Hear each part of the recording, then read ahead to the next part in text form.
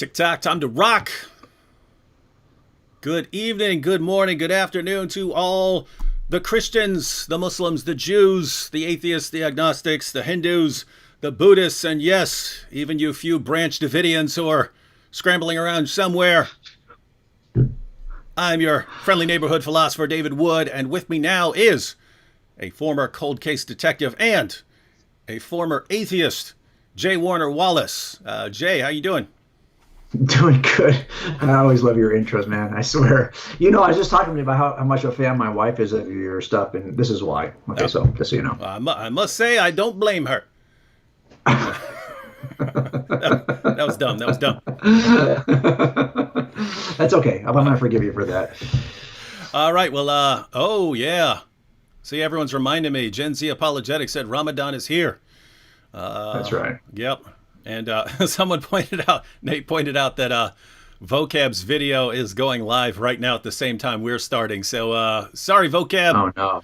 Too bad. Change your time next time. Change all your videos to 7 o'clock before I go live. Or You're basically the video killer, aren't you, David? Yep, I mean, nobody else could think about going live. Let me see first what David's doing. Bad idea. And then I'll decide if I want to go live.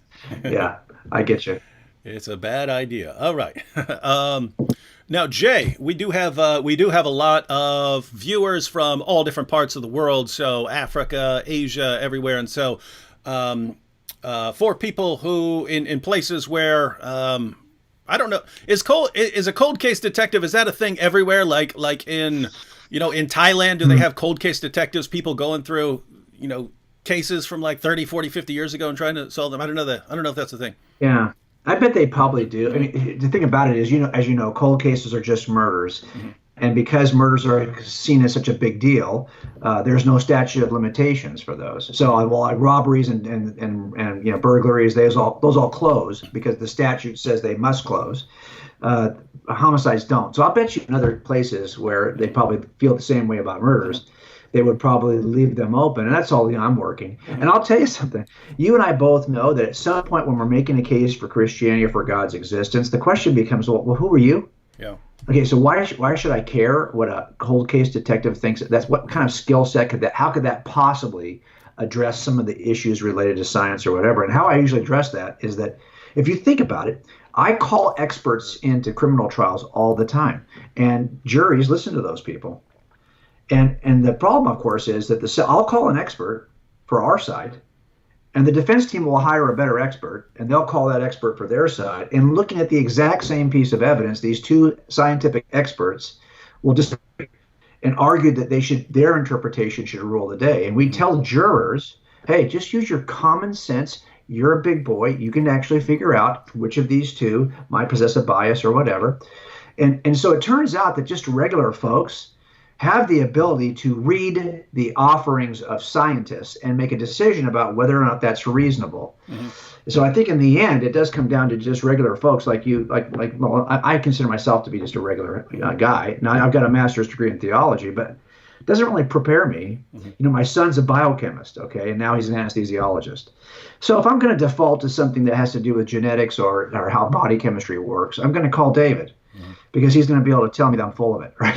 That I'm completely wrong. Mm-hmm. So I do try to consult the experts, but what we do is we try to assemble forensically what happened in the past, and that's kind of what we're doing with Christianity. We're trying to figure out, can we assemble a case based on what forensic science is available to us, and there's not a lot, and just based on the reliability of eyewitness claims, can we kind of figure out if that actually happened, that thing in the past, whether it's a murder from 40 years ago, whether it's the resurrection from 2,000 years ago. Mm-hmm. Now, I was writing something in the middle of the night, like 2 or 3 in the morning one night, and there was a program on. I forget what it was. It was one of these like 2020 or 60 Minutes, and it was a replay because it was in the middle of the night, and they were talking about a cold case, and I turned and looked, and you were on there. You were on the TV. So what do you know? What was that? So almost all of our cold cases ended up on Dateline at one point, and that means that means you have this future on TV that lasts about 10 years per episode because they get recycled. Dateline's like a crazy recycling thing. So yeah, I think we've been on there 6 times. So there's 6 cases, and I worked a lot of cold cases, but those are the ones that were the big ones. And they're interested only because I work in Los Angeles County, and Universal is right here. NBC Universal is right up the road. Mm-hmm. So they're always looking for things that will appear in a Los Angeles County courtroom. Mm-hmm. And my case has always ended up downtown. So that's we're close. So that's really all it is. So you guys would basically notice that there's this murder from 40 years ago. It was never solved, and you basically say, let's go ahead and look through this again, maybe with some fresh eyes and maybe with some modern technology. We can solve this murder that was never solved before. Yeah, I'll give you an example of what this looks like if you don't mind seeing me in my California shorts. Hang on a second.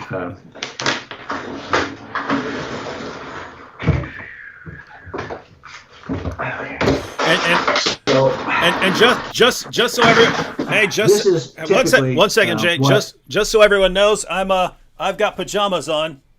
Okay, very good. Just wanted to show we're in the same ballpark. Dude, it's like 85 degrees here today, so it's crazy hot. Okay, not crazy hot, but it's unusual. So this is what one of these things looks like on my side. So there's a case file about this large that's sitting in our vault when I start, and that's the original case. This is from 1979.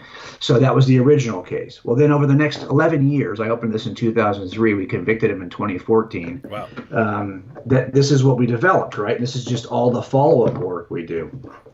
So in the end, you end up with this huge file, and you're assessing eyewitnesses. You're trying to figure out, can I trust what this guy said, 35 years ago? And sometimes these guys aren't available to us. So it's similar to what we're talking about with the Gospels in the sense that I have a missing eyewitness. He's dead.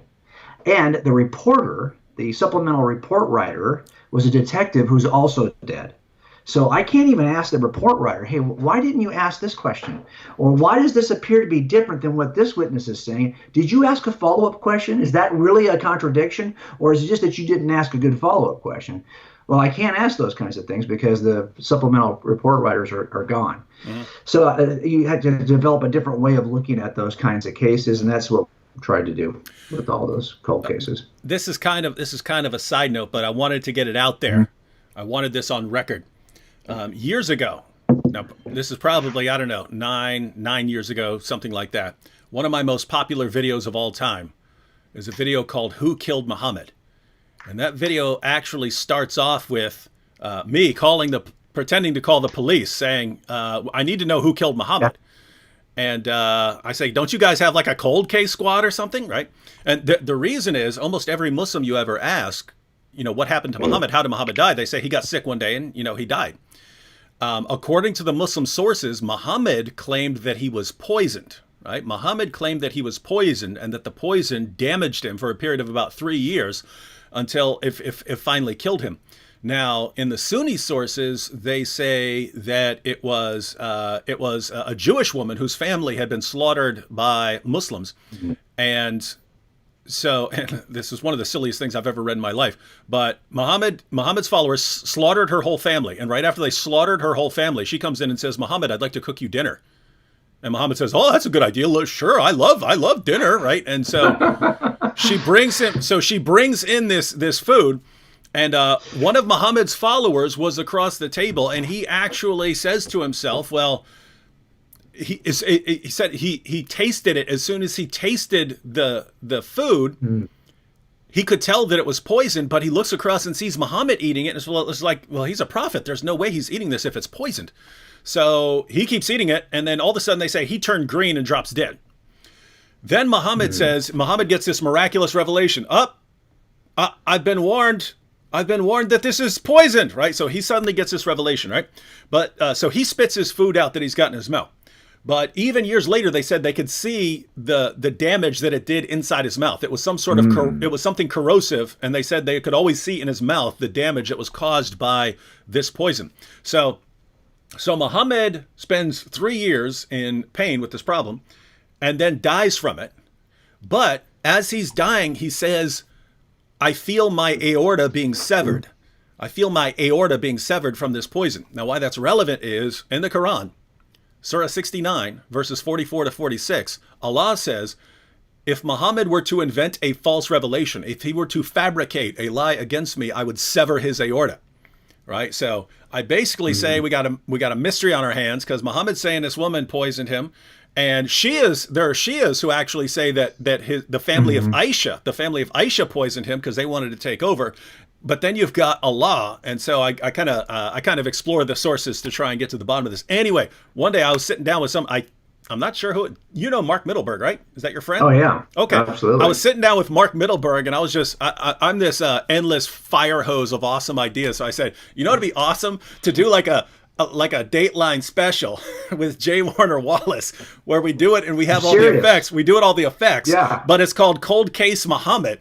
And so I said that, and he goes, "Oh yeah, you should tell him that." I was like, "He's not going to do that. It'd be embarrassing." And Mark goes, "No, I don't know. He might."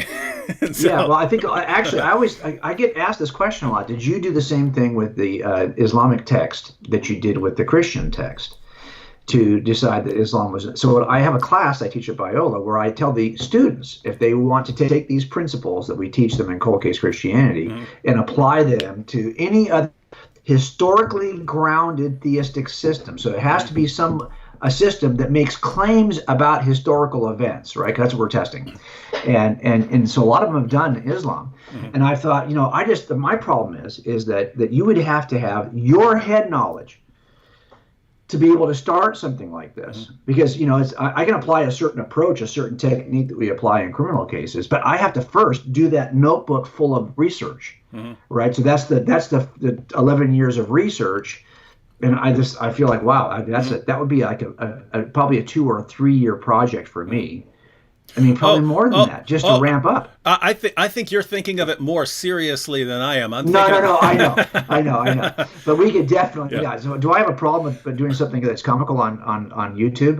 Well, no, we're here right now, so I suppose I'm okay with it. Yeah. So. Yeah. What I'm thinking is it would be awesome to find like experts in poisons and stuff like that, and say, okay, what was there that would have been available in 7th century Arabia that could have some corrosive effect on someone's mouth, could do internal damage that leads to pain, but also allows someone to survive for 3 years, or if you ingest more of it, can just turn you green and you drop dead from it. And there might be people who actually know. Oh yeah, you take that plant and grind it up and stick it in there, and they know that. And no, absolutely. You have the testimony of somebody who, like you said, you have another person who was poisoned that you could actually look at and say, okay, does that tell us something about the process? Yeah, so that I think it'd be worth doing, sure. All right, now that we got sidetracked by my endless stream of awesome ideas, that's right. You're both a former cold case detective and a former atheist. Which one of those did you like better? Well, I still have 2 open cases, and I think that one of them at some point here real quick is we just solved the 2 open cases I had when I retired.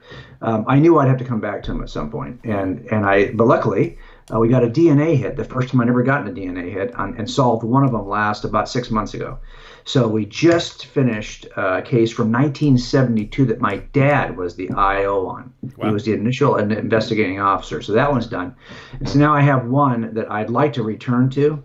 And there's some movement on that case. I could see us returning to it. So I guess of those 2 things, I mean, I can definitely say I'm a former atheist. I'm not sure I can still say I'm a former detective because I still have an open case. Okay, so you might still be in there for a while. All right. Well, why don't you give now your testimony is available in book form. The link to that is in the description box. Cold Case Christianity, and a couple other links to your website and some other resources and so on in the description box for anyone who wants to check these out.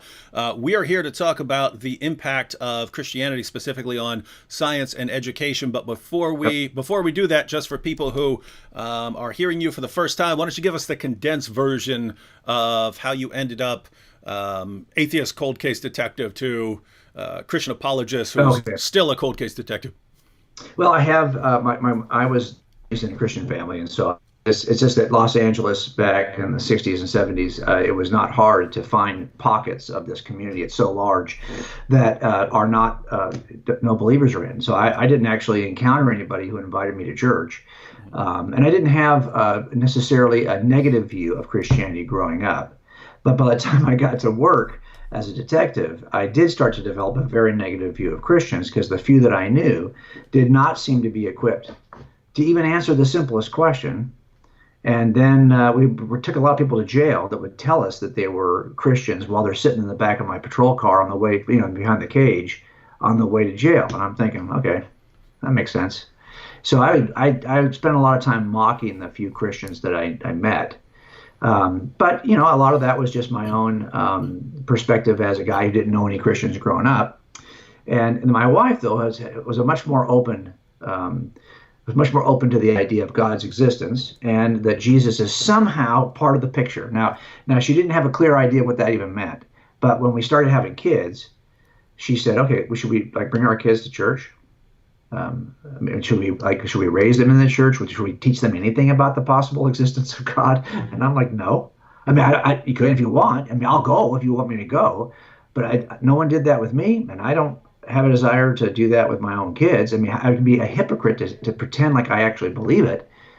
But I was willing, like my dad, who still very much would be willing to go to church and sees the value of church. My dad sees the value of a Christian worldview in a culture, but he is not. I think he's a little softer now to the idea than he was when we were younger, but he's now 80. So he would go to church as a non-believer, no problem. Mm-hmm. So I said, okay, I'll go to church as a non-believer, and I was willing to go. And when I went to this church, it was the first time I was ever sat in an evangelical church.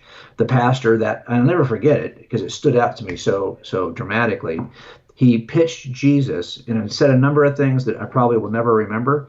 I'd like to have a copy of the sermon, actually, but I wish I had it. But he did say that Jesus was the smartest man who ever lived. And that thing stuck with me. So I went out and I got a Pew Bible, which is still sitting on my shelf. I wasn't going to invest a lot of money in this. And I started to read through it to see what's so smart about Jesus. And that ended up producing a bunch of notes. And then I thought, as I'm reading through the gospel accounts, I'm starting to see things that bug me. Because if you've ever read eyewitness accounts, you will see things that are contradictory, or at least they are, because there's no two eyewitnesses ever agree on anything. And the way they disagree, the little subtleties of their disagreement, there's a certain texture to that. And I can't really explain that to you in terms of it's a science. It's not a science as much as it's an art. Yeah. But you start to recognize there's a little variations. And I'm starting to see these same variations in the gospel accounts, which I think to me... Jay, could we pause right there, because there's a question in the chat that actually relates directly to what you just said. Denny Wong asked, this was earlier before you ever started talking about this. He asked, why different accounts of the empty tomb? And as soon as I saw that, I didn't have your training. But I know from my personal experience when I was in jail. I was in jail and I was studying the Gospels. Right. I was studying the Gospels just because I thought it would make it. I thought it would make it easier to make fun of Christians. And I remember reading. My view was always that the Christians, they had their guy. The followers of Jesus, that was their guy. They believed he's the Messiah. He died. They wanted to keep the movement going, so they invented this story, and then they put together these sources. Right. And the first thing that ever got me to doubt my little theory about where the New Testament came from was the story of Legion in Mark and Luke, and how it refers to one demoniac in one, and it refers to two in the other. And I was just thinking, wait a minute, if they're sitting there collaborating and coming up with these stories like I thought, then these should match up perfectly, but they don't, which means there's some kind of independence going on here, and it means that Christians never decided to reconcile that. So in other words, Christians in the 4th, 5th, 6th century who are copying this, they would notice, wait a minute, one talks about one and the other one talks about two. What's going on here? So that actually made me doubt my explanation, my trying to explain away Christianity. And so I was actually, whoa, these differences actually make me think that it's reliable. Whereas there are lots of people, especially like Muslims and so on, who, if they see any sort of difference in testimony like that, they say, aha, you see, it's corrupt and it's all lie. You can't trust any of it. Right. But so I'm guessing you're along similar lines, but based on lots of training and experience. Yeah, the first thing we ask when we get called out in the middle of the night, and I live about maybe 45 miles from where I serve, and so take me a while to get there. In Los Angeles, in the middle of the night, it's pretty open, so I can probably be there in an hour dressed. So I call dispatch before I go in. I'll tell them, I'll say, look, I'm going to be about an hour before I get there at a murder scene because I'm the homicide detective who's going to get called out. And I'll say, I'll be there in an hour. Just do me a favor. Have the officers who are there separate the eyewitnesses. Because if you don't separate those eyewitnesses, you're going to get one story 5 or 6 times. What I want are 5 or 6 slightly different stories. Because no one's wrong here. But what happens is that your personal background, who you are, what you've experienced, what you're interested in, what scared you, what didn't scare you, these are the things that determine how you see a crime when it occurs. And what you're reporting on. And unless if I see in real time that there's a difference between the accounts, well, then I might ask a follow-up question without trying to tip off what I already know from the other witness. But I know that in the end, there's going to be some seemingly irreconcilable differences the defense attorneys are going to have a fun day with when they finally get to trial. I get that. But there are going to be differences. This is the sad nature. But I want to preserve the differences because I get the opportunity to puzzle those together to get the most robust picture of what happened. And I don't care if this happened 30 years ago or if it happened 30 minutes ago. A crime that occurs 30 minutes, when I get there, it has been like 2 hours since it happened. And they still agree. Mm-hmm. But this is the nature. This is why anytime I see a biblical theorist who tries to accommodate the differences by saying they've got some theory about, let's say, for example, there's a genre in the first century that allows you to say things that aren't necessarily true. Okay, look, this is only because you've never talked to eyewitnesses that you don't recognize that this is always the case. And by the way, if you look at the church fathers, read the ante-Nicene church fathers, you will see that they are quoting. I've got a slide I can show you later if you want, how many times they quote the different gospels, each one. And what you'll see is that this is obvious to them really early, like the students of the eyewitnesses, the students of John, the students of Paul. They're quoting from all of the gospels. It's not like they didn't see. They just don't seem to match. Because you're right. The first thing I'm thinking you're going to do is get rid of the differences. Mm-hmm. You have, even when you have harmonies, like Tatian's harmony of the 4 Gospels. He doesn't remove the differences. It's not like he's like trying to. No, they get it. As a matter of fact, some of the ante-Nicene church fathers, the very earliest students of the eyewitnesses, will say the same thing I'm saying, that each person brings his own background into it. So, for example, I learned a long time ago that if I want to really know exactly what the suspect was wearing, I'm looking for a female witness. Men are terrible with clothing. And they'll say things like, like you've got a pattern on your shirt.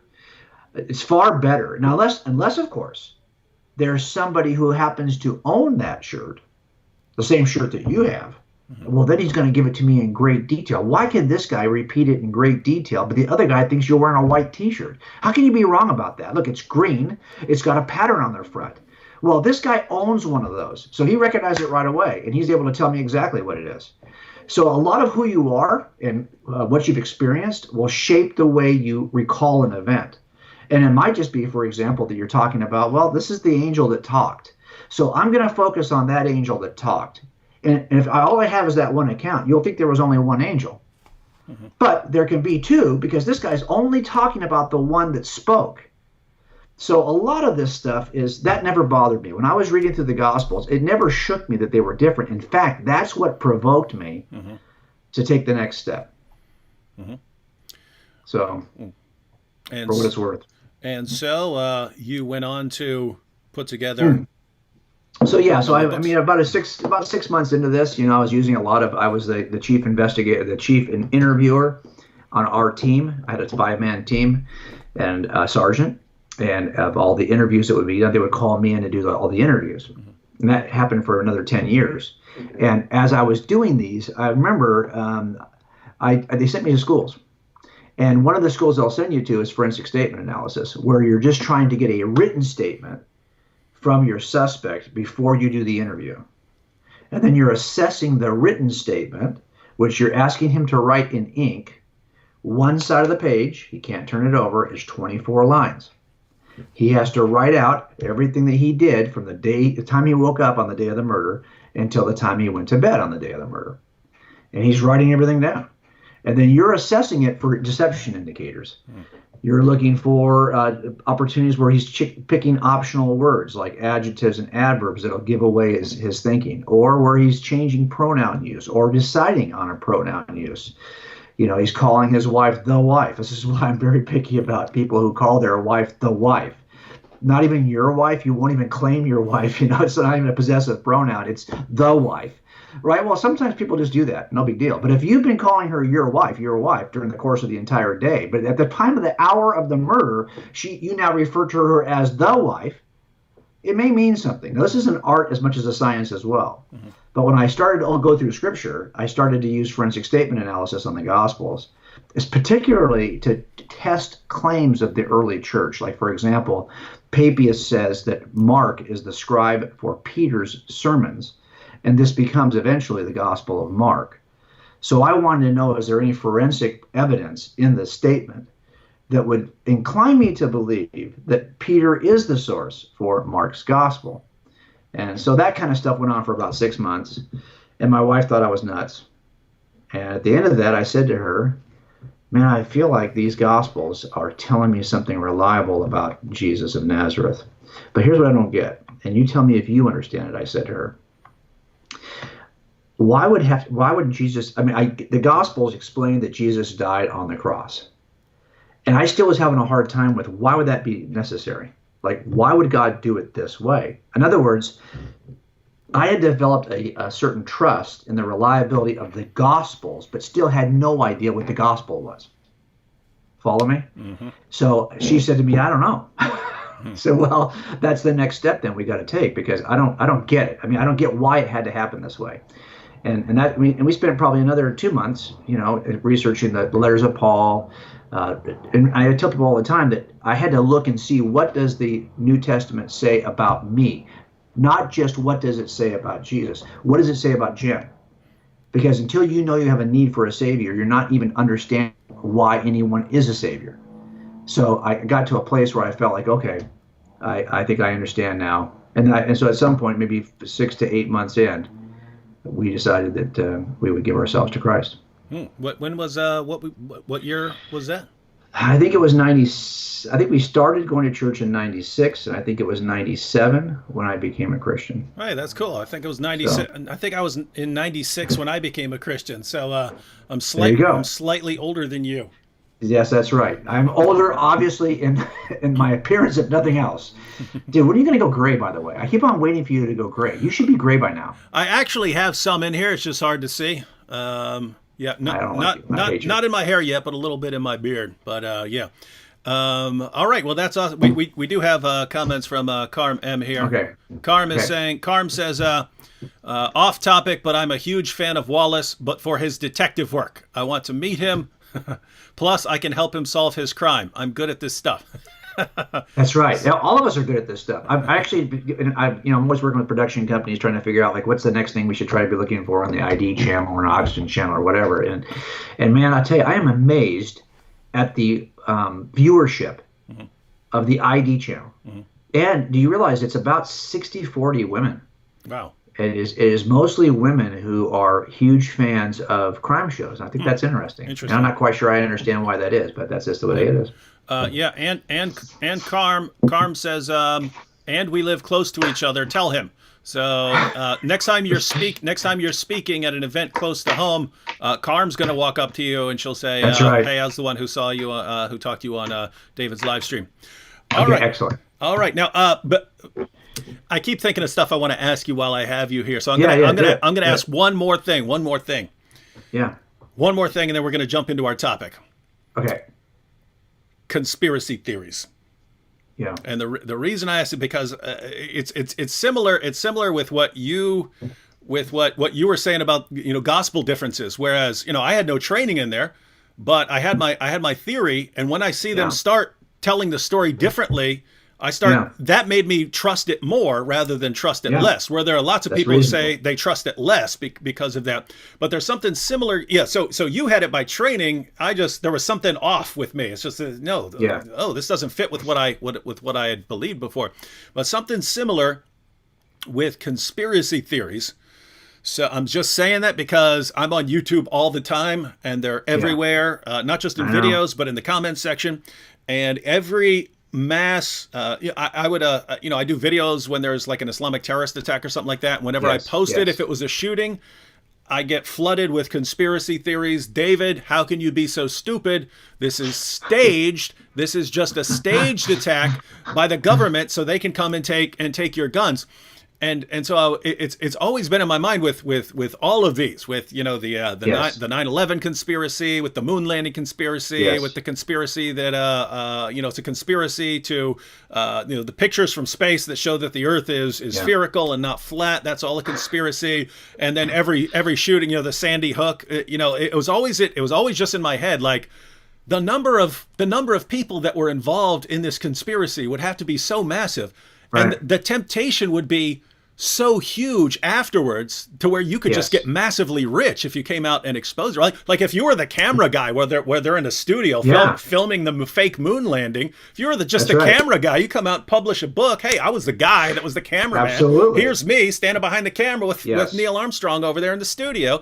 And all of a sudden you're a multimillionaire. And the conspiracy theorists, I mean, they go far with it. Like, no, the government would kill you instantly and stuff like this. And no, they wouldn't. I mean, if you put a book out there, they can't just run in there and kill you. The book's already out there, right? So it's always been in my head, like, no, the number of people who would need to be involved would be so astronomical that obviously, even if you find trouble with the story, like, oh, that angle of light is, confusing me with the moon landing, or, the way this building fell on 9/11, that seems more consistent with demolition than with a plane crashing into it.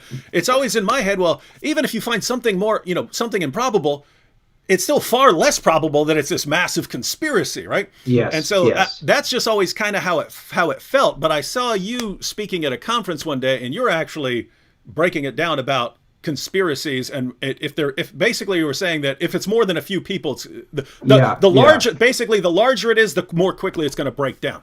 Yeah, especially think about it, just in terms of, before I even kind of give you the outline of that, I will tell you that if you think about the generation in which we live, where it used to be that powerful people controlled the information. Mm-hmm. So if I wanted to get the word out and no one on NBC was willing to interview me, I couldn't get it out. Right? In my generation, I'm talking about when I was a kid. Mm-hmm. Now, clearly, I can do all of this. Look at the quality of the broadcast you're doing on a weekly basis. Look at the quality on a nightly basis. Look at the quality, the number of people you are reaching through your channel. Look, it's now the funnel that kind of controlled information to other people is wide open. And the quality is out there. If you can make a case and you got the evidence, you can make that case, and it's really hard to be restricted by powerful people in this generation. That's why it's even more and more unlikely that there are successful conspiracies. Are there successful conspiracies? Of course. But if you think you know of one, it wasn't successful, because by definition, successful conspiracies are never uncovered. I mean, we just don't look at them, right? Now, I used to work gangs. I worked gangs for 2 years in Los Angeles County. And back in those days, it was mostly MS-13. It was local gangs in Los Angeles County that would come into our town to do crimes. And they would never do them alone. They would always be in a group. So I often would add the conspiracy charge to the booking, because it holds a much higher penalty. And you actually are working organized crime codes as well. My whole point is you learn how to work conspiracies. So I will tell you the 5 things that have to be in place in order for it to pull it off. And the more that you lack these 5 things, the less reasonable the claim. So the first thing, you're right, the smallest number of co-conspirators. It's easier for 2 people to tell a lie than it is for 22. That is just common sense, right? So that's why you want the smallest possible number. If it requires an entire sector of the federal government to pull it off, really? I'm already out. Now, is it possible? Yes. Is it reasonable? No. And I'm not interested in possible because anything's possible. The standard is not beyond a possible doubt, it's beyond a reasonable doubt. So I just don't think I want to get involved in theories. And that's why people do the same thing with me. They're constantly emailing me theories that they wish I would investigate. Well, it's because I know what makes a successful conspiracy. Second thing, you want to hold it for the shortest possible period of time. So, for example, if I've got 10 people involved in a conspiracy and we all do it together, I'm the ringleader, right? And we do this together, and then I'm able to systematically, quickly in the first year, kill the other 9, I'm going to get away with it because there's no one who can rat me out because I've killed all my co-conspirators. If you've got 2, kill your partner. Now you're going to get away with it because it's no longer a conspiracy of 2, it's just one perp. Okay, I get that. Third thing, excellent communication between co-conspirators, because what's going to happen is at some point, one of you is going to get jammed up by the authorities and someone's going to uncover something. What's the first thing we do when we have 4 people involved in a gang crime? We separate them before we start questioning because we know we're going to get into the weeds on all the details of this crime. And at some point, they're going to slip up. They haven't pre-planned everything they're going to say to the police. Fourth thing, if you've got a family relationship or, and better yet, some relationship to the case that actually is greater, you would rather suffer being dying for the lie than this other alternative. And most of the time that's about relationships. So for example, if a mom does a crime with her kid, she's not going to rat off her kid. Mm-hmm. She'd rather just die with a secret. She'll say, I'm not going to waive my rights and talk to you at all because I'm not going to give you any statement because this is her kid involved. Now, if it's the neighbor who's abused her kid who's involved, she's probably going to rat him off. Okay, so you're looking for those kinds of familial relationships. And the last thing is that you want to reduce the amount of pressure that's being applied. If no one's looking and no one's asking and no one's pressuring, you might get away with this. Mm-hmm. But this is harder in the age in which we live because people are just making claims online. I mean, you can get a Twitter storm immediately, and then suddenly you've got all this pressure, which is just coming from Twitter. A hashtag can apply pressure. So if you don't have those 5 things, it's really hard to pull this off. Mm-hmm. And that's why typically when someone says, yeah, I've got this conspiracy that involves hundreds and hundreds of people at NASA that are trying, and really all this time has gone by and no one's wanted to cash that out. No one's wanted to make money from that claim. No one's wanted to tell the truth and just be they would be on every single show, on podcasts and on radio and on TV and on the online.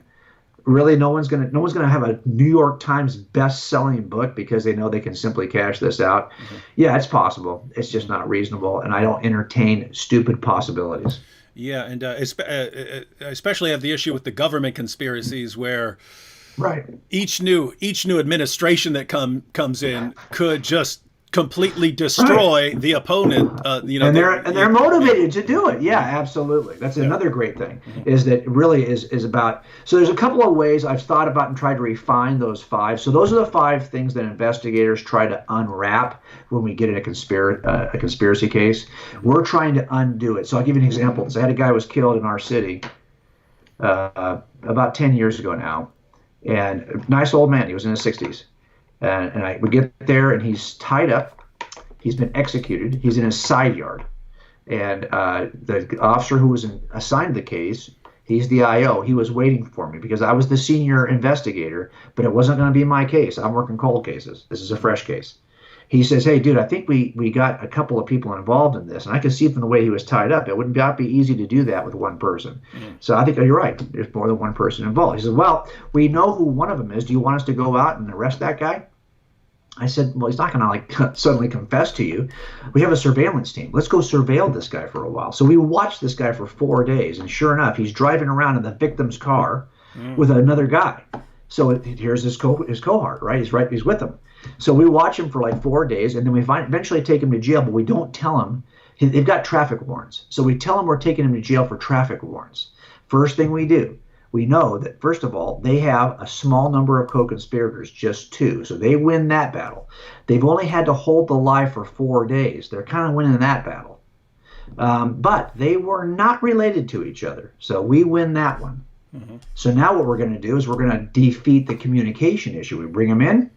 We separate them. I wait 2 hours, go into the first interview. Dude, just got done talking to your partner, which I hadn't. He's the last 2 hours. He told me everything you guys did. He told me how you did the crime, and he told me everything you've done in the last 4 days. And then I repeat to this knucklehead everything that our surveillance team saw him do for the last 4 days, as if that guy just told me. That's why I wanted to surveil him. Now he has no idea because he can't communicate with the other, so he doesn't know if that's true or not. And he gives me a little bit more. Then I go back to the other guy. Dude, I spent the last 2.5 hours talking to your buddy. He told me all this stuff. He confessed. Okay, he had enough of it.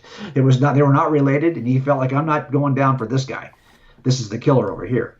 So he gives me that guy. You see what we're doing? We're simply unwrapping the 5 things that are necessary for a conspiracy. That's why when you hear conspiracy theories going forward, be more modest about thinking they're true. Mm-hmm, mm-hmm. All right. Now, your latest research. Yes. I'm looking forward to this, David. Is on the impact of Christianity, specifically on science and education. So is this for a book you're going to be working on, or? Yes, it's a book, and I'm going to tell you that I've been looking forward to this. I talked to our mutual friend Richard Howe about having this conversation with you, and so I'm looking for some expert advice on this that I can then either quote or at least say that David Wood's a great guy in the book. So I want to be able to run this by you because I noticed something in my research that honestly bugged me. And I thought, David Wood's probably the best person. And then you happened to send me an email. Hey, do you want to be on the show? And I'm like, yeah, this is awesome. So this is a perfect opportunity. So what we're going to do in front of all these folks is think out loud for a little bit. And I want to just show you what I'm seeing. And I'm going to show it by, so when I write a book, I create the visual talk first. Because I figure if I can create what I would put in front of a jury, it's going to be a better book. So I spent almost a year just creating hundreds of presentations. And then once those are done, I will write a book. So I call this speaking visualish instead of English. So I'm going to show you, I'm going to share a screen with you here in a second. And I just want to get your input on this. And you and I haven't talked that much about this. So I think it's going to be great, just in the sense of hopefully. Here's what I'm seeing. First of all, I want to talk about 2 things with you. Number one, I'm fascinated by the claim that if you are a Christian believer, that somehow you are a science denier. Like there's no connection. You couldn't be somebody who's interested in the sciences if you're a Christian believer. Mm-hmm. And of course, you and I know that's ridiculous. As a matter of fact, a very strong case can be made that science is the result of the medieval monk whose theology paved the way for the explosion of science. Mm-hmm. And Christians have always been at the tip of the spear when it comes to scientific discovery. Mm-hmm. So I want to show you a presentation I'm working on that just talks about that in chart form. So I'm going to start it here, and then I'm going to go to a share screen, and you and I will kind of figure out how we do this as we go here. So I'm now sharing that screen. You have a couple of options here. So I'm going to go ahead and you can hopefully get this online. Yep, I believe I have the technology, and all right. Okay, so you're up on the screen. Okay, so there it is. So this is the kind of the last 4,000 years. You've got now on one end and way back when, to 2020 BC on the other end. What I noticed in terms of the progress of science over this 4,000-year period is that it starts off pretty modestly, right, where it's just going to be the formation of some basic philosophical logical principles and mathematics that will just become the foundation for great thinkers who advance the sciences later.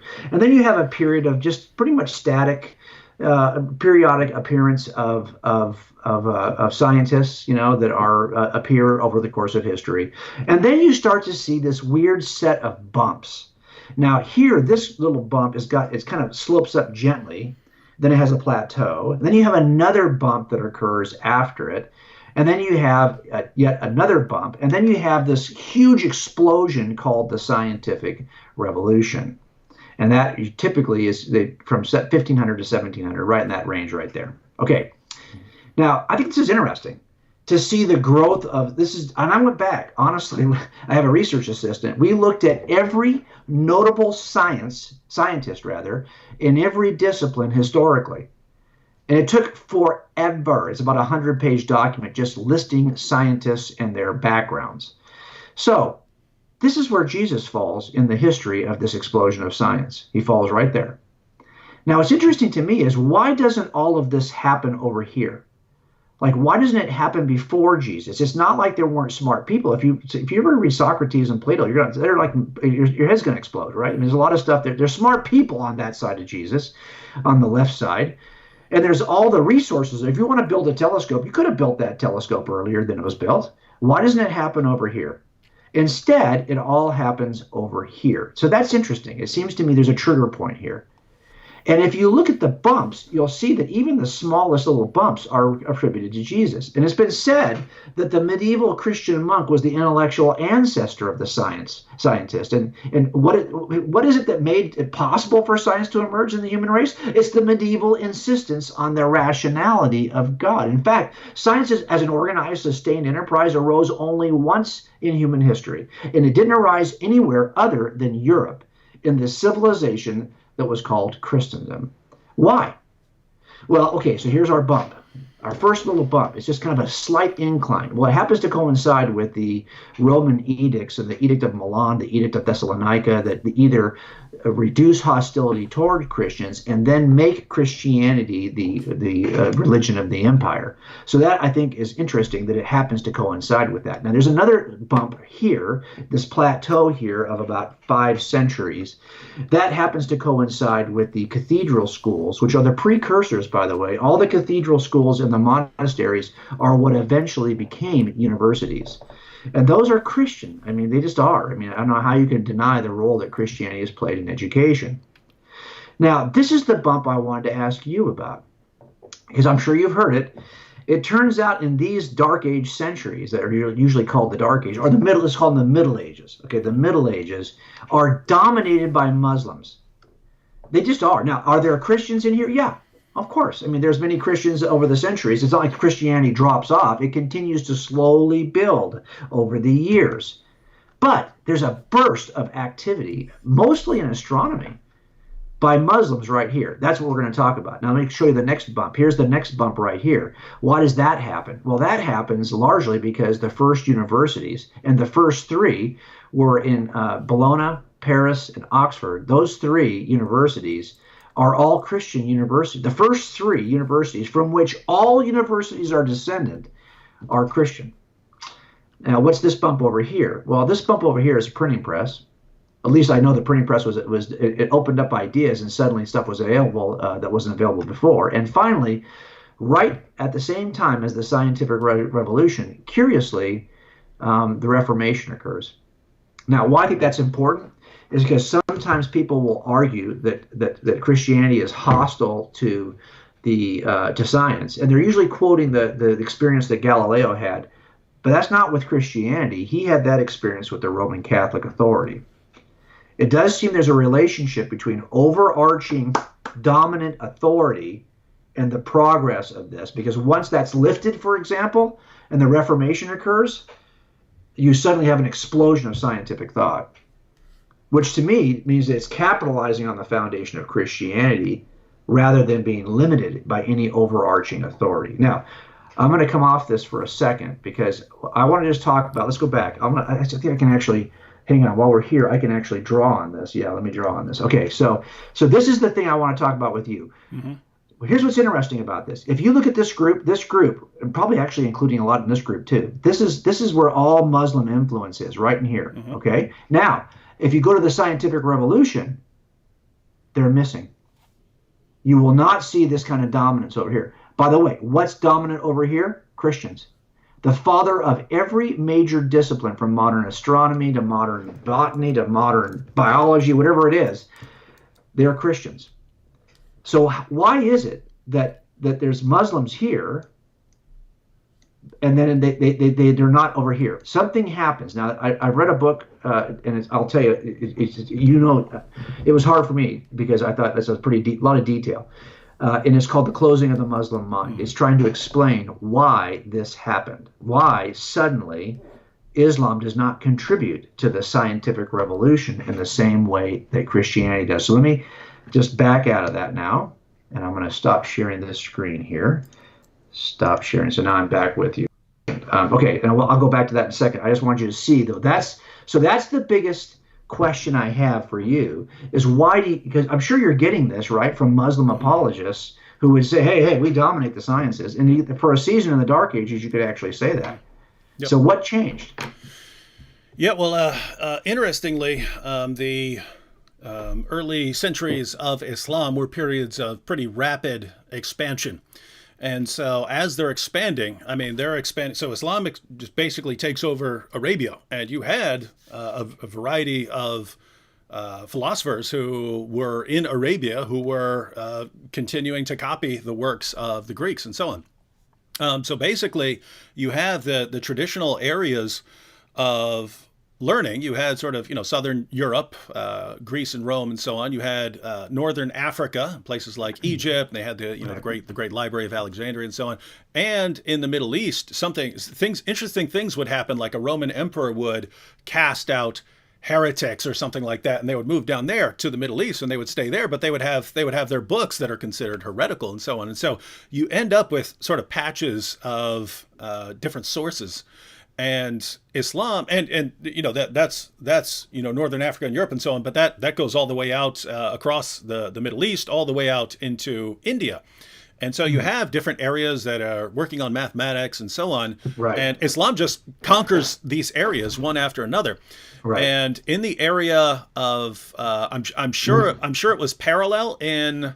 I'm sure it was parallel in science, because back then science and philosophy weren't really distinguished. But there were times when people would go to an area and all of a sudden they would have the works of Aristotle, and they would go before the Muslim caliph and say, can we research and study these works and see what comes of it, to see if it is of benefit, to the Muslim community? And so you had periods where the caliphs would say yes, by all means, and other times where the caliphs would say, I don't know. I mean, we've already got the perfect knowledge with Islam.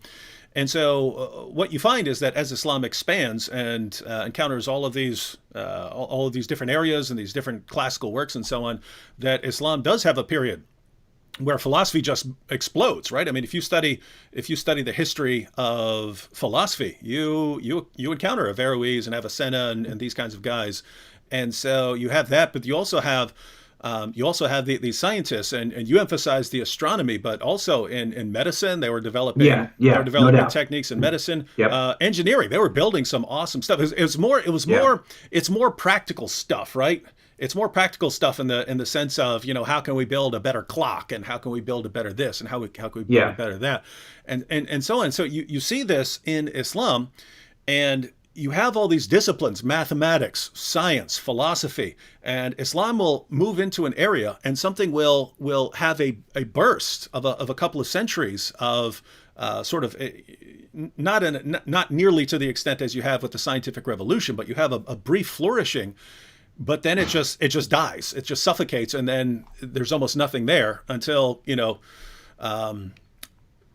the modern period, when Muslims are looking back to that and saying, you see, we could do science too. And that we know you could do science. Anyone could do science, right? Everyone has made, discoveries. The Chinese made discoveries, Indians made discoveries. Why did it not last in Islam, but it lasted in Christianity? Right. And I haven't read anything like The Closing of the Muslim Mind or any of these other sources from reading the Muslim sources and being familiar a bit with why things took off in Christianity. My best guess would be one, they have kind of a different view of human beings and their role and what revelation is, and I think these things play a role in why you see such a difference. So in Islam, the attitude in Islam that goes back to Muhammad is that without God telling you through a prophet something, you just don't know. You don't know, and you can't figure it out. And this is so thoroughly ingrained into Muhammad's mind and into the minds of his companions that you literally do not know how to go to the bathroom properly without Muhammad telling you. You do not know how to urinate properly. You do not know how to go number 2 properly. He has to give you detailed instructions. You do not have to know how to wipe properly. You do not know how to groom yourself properly. He had people on schedules of this is how often you have to pluck your armpit hairs, and this is how often you have to. You need to be told by a prophet every little detail of what you think and what you believe. And so it's this attitude of we're sort of just completely helpless and ignorant in the absence of God coming and telling us something.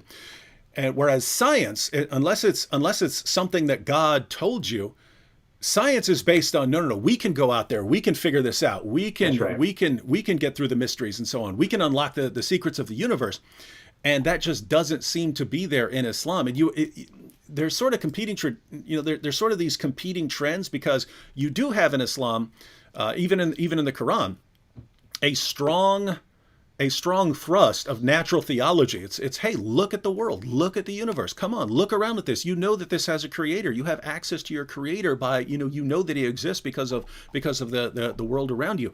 But sort of beyond that, it's just you can figure out that God exists, but you can't figure much else out because God has to tell you. And so I think there's a different view.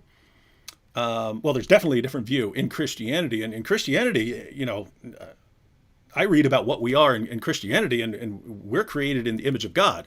And we ask, what does it mean to be created in the image of God? And almost everyone links it to our intellect and our moral capacity. And so, you've got God, and God designs the universe. God is this creator. We're created in the image of God. This means if anyone's in a position to figure this stuff out, to understand it, we are. And if you look, and I argued this in my debate with Michael Shermer, where before the debate, I looked up Michael Sherman. I saw that he had a PhD in the history of science, and I thought, wow, that's cool. Let me just go right at his strength, and I'll base my entire argument on the history of science. And so I argued, because the topic was, does God exist? And there are all kinds of arguments we could give. I gave one argument that basically all of science confirms Christian theism. And how and that's why earlier when you were saying that science is a product of Christianity, I view this is why I can never take atheism seriously as it claims to be the champion of science. I believe that every scientific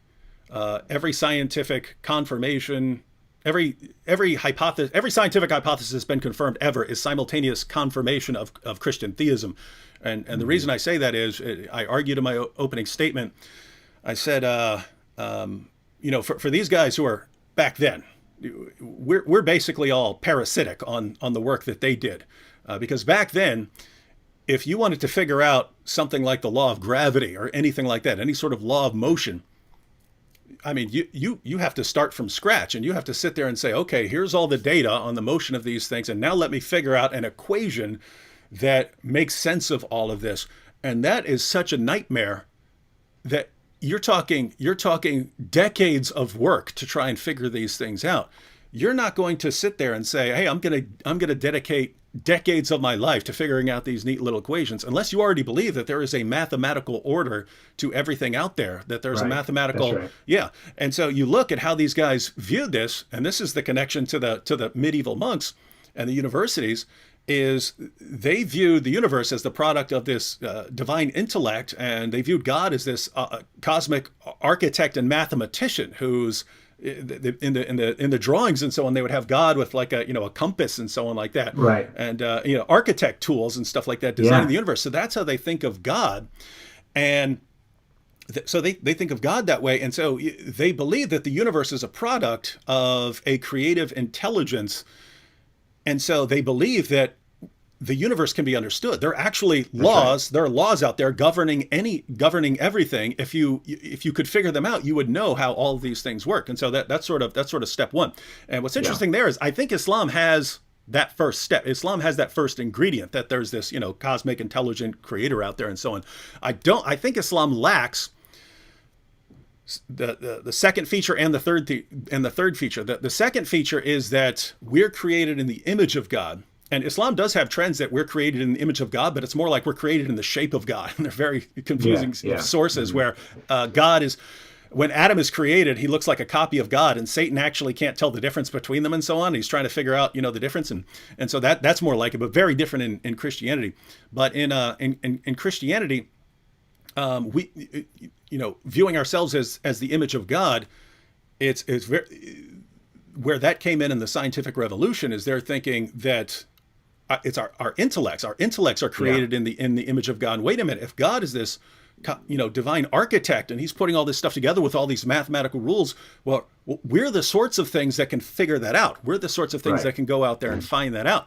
And so that gave them the confidence so those two things gave them the confidence that, hey, we'll go out and dedicate our lives to this because we believe that it can be figured out.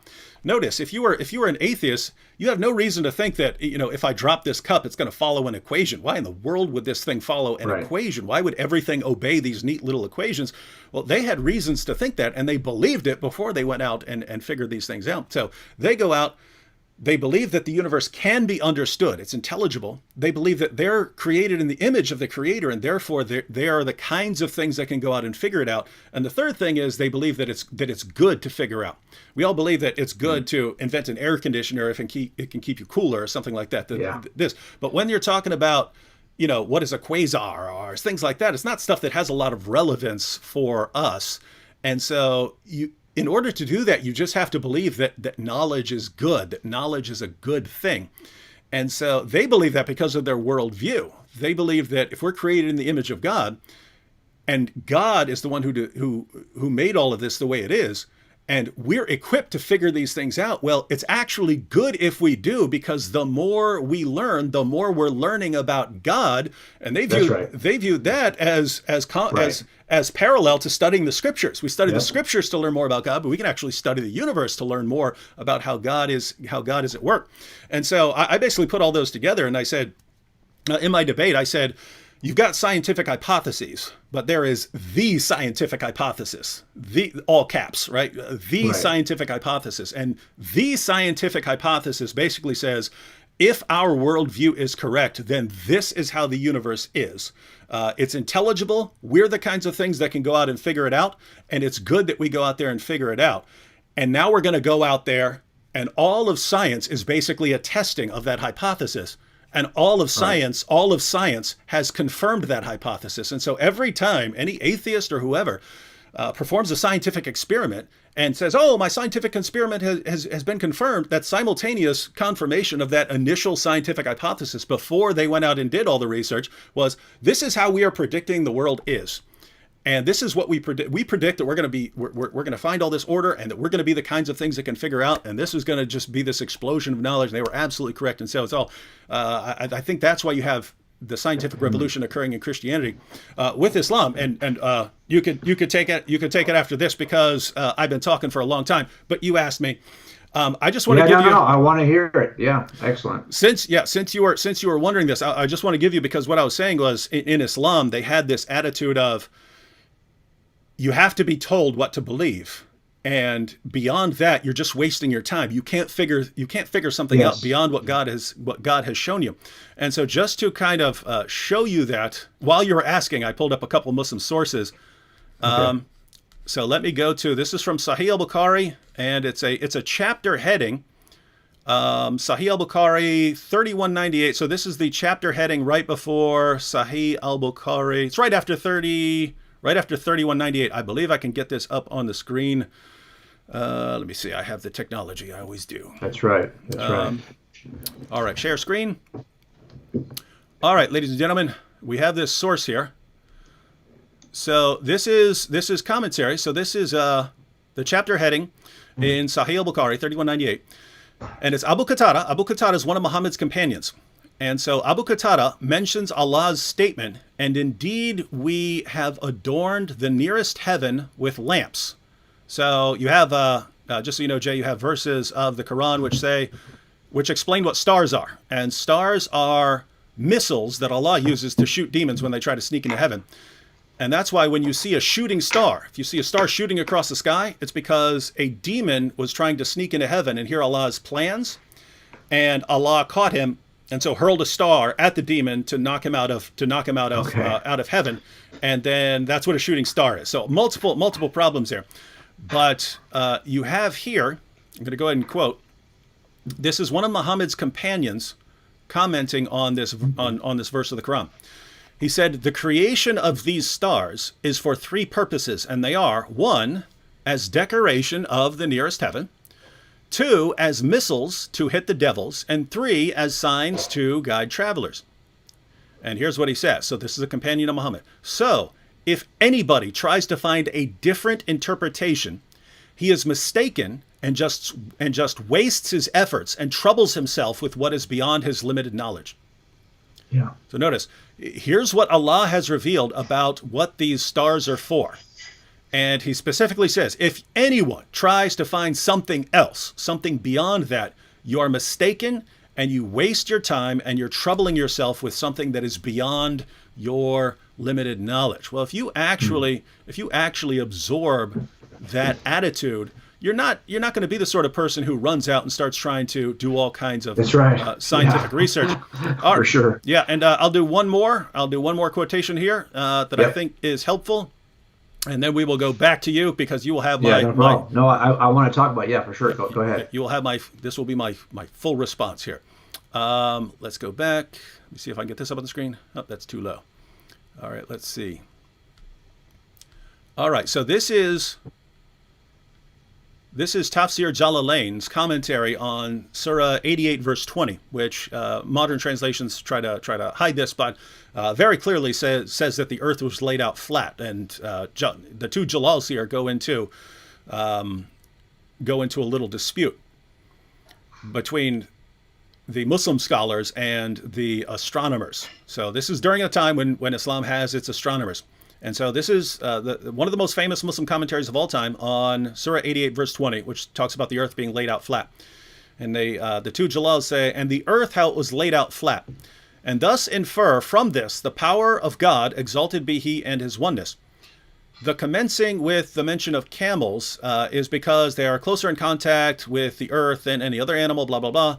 As for his word sutihat, meaning laid out flat, this on a literal reading suggests that the earth is flat, which is the opinion of most of the scholars of the revealed law, and not a sphere, as astronomers have it, even if this latter does not contradict any pillars of the law." So it's not contradicting Sharia if you say that the earth is a sphere. But notice they're setting this up as a dispute between scholars of the revealed law, so scholars of Islamic law and Sharia, and versus the astronomers. And so we, the experts in the revealed law, understand that it's flat and it's not a sphere as the astronomers have it. And so basically I think in Christianity, I mean, you do have your disputes. You do have instances where although the main examples that atheists give of the conflict between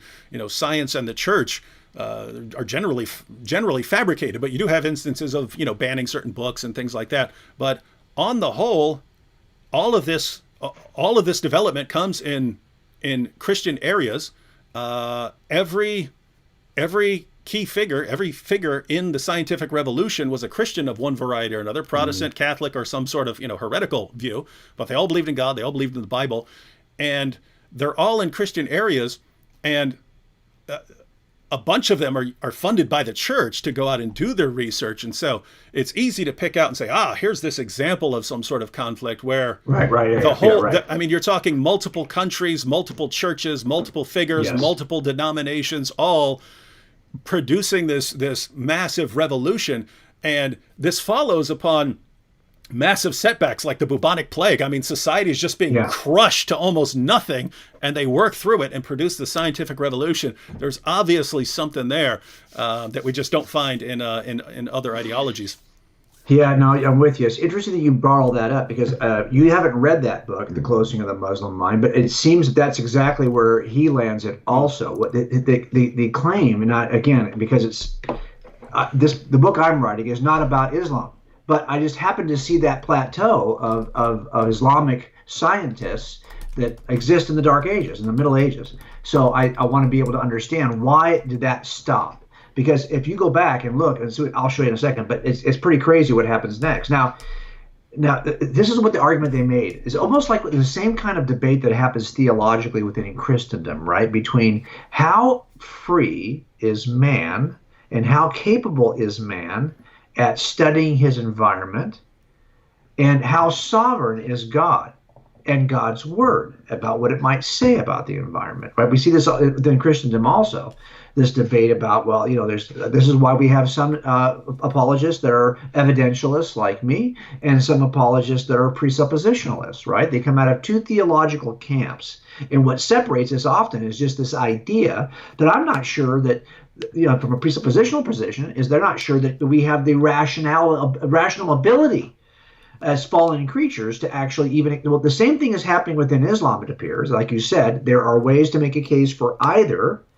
Well, this author, in The Closing of the Muslim Mind, says that explosion of science that we saw on the part of Muslims was when the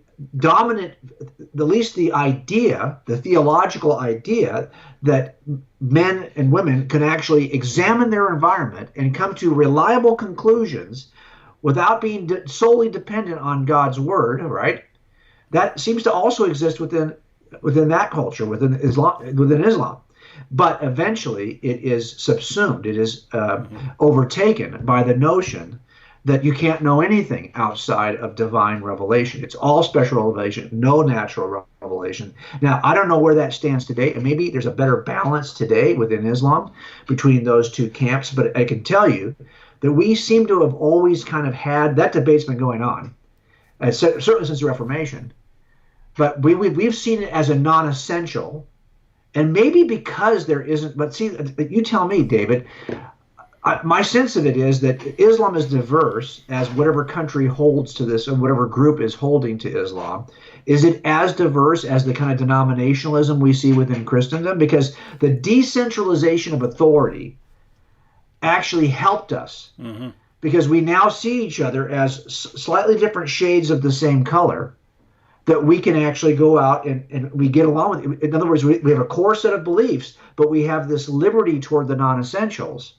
Is that happening in Islam today? Yeah, you had some problems in the Muslim world. You have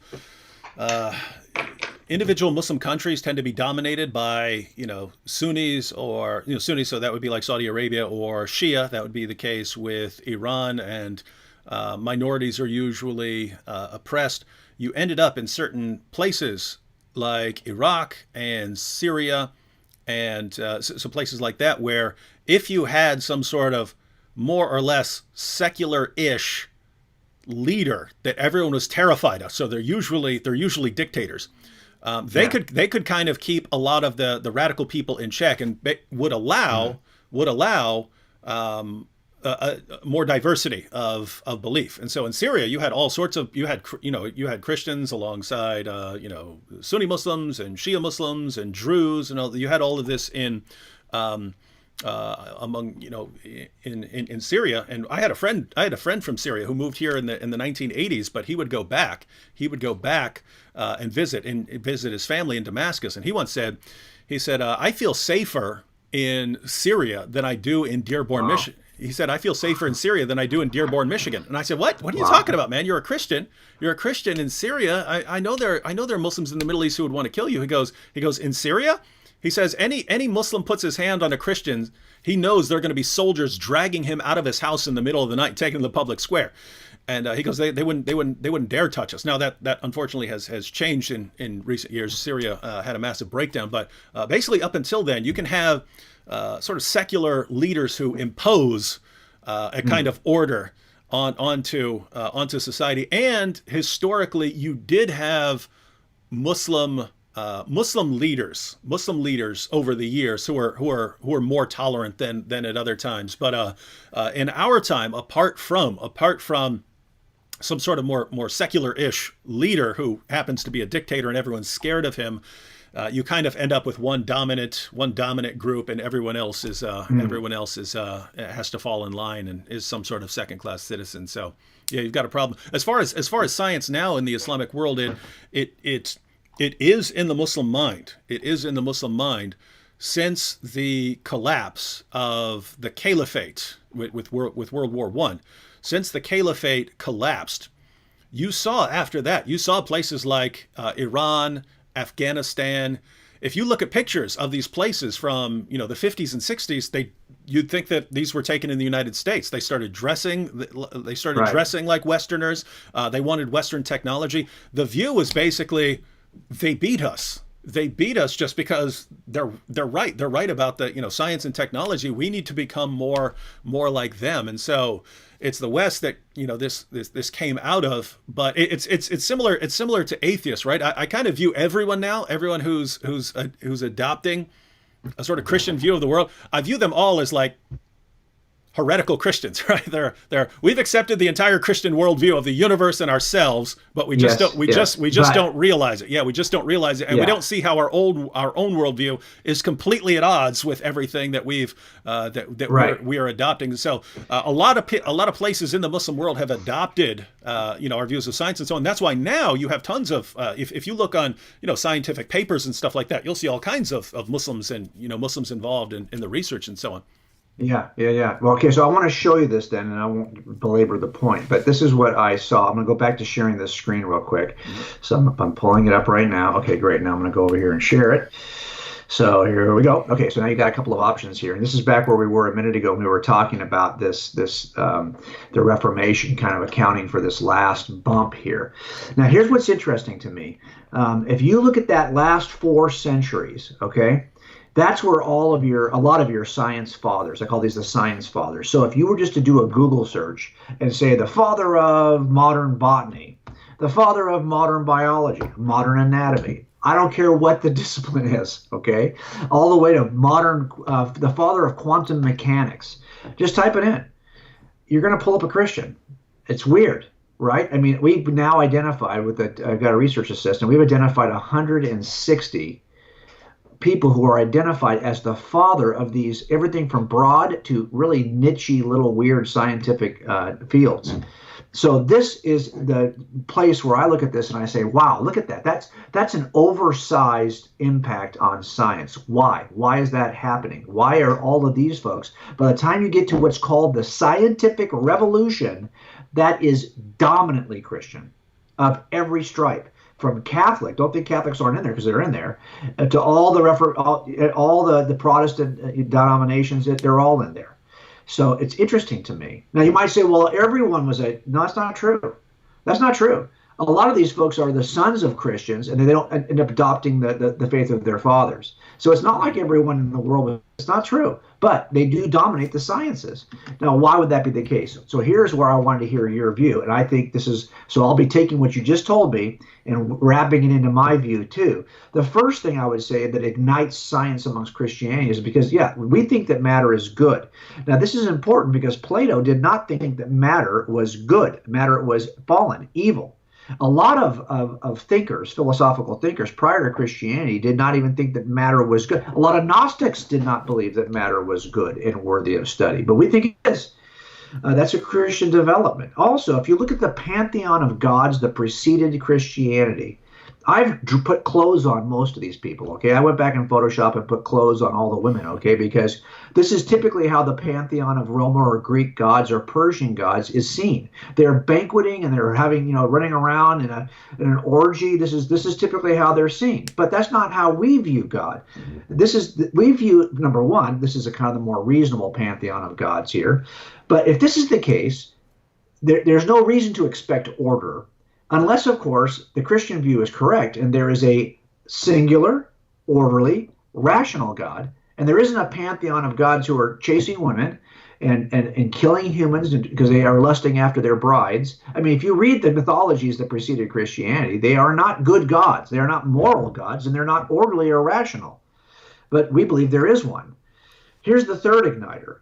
We believe that before the Christians came in, the pantheon of gods were often assigned. So Zeus is the god of lightning. He's holding lightning in his hand. Poseidon is the god of the ocean. That means that if something happens in lightning or something happens in the ocean, we cannot look for the law or the formula or the mathematics that might explain it, because it might just be the willy-nilly behavior of a God who is in control of it.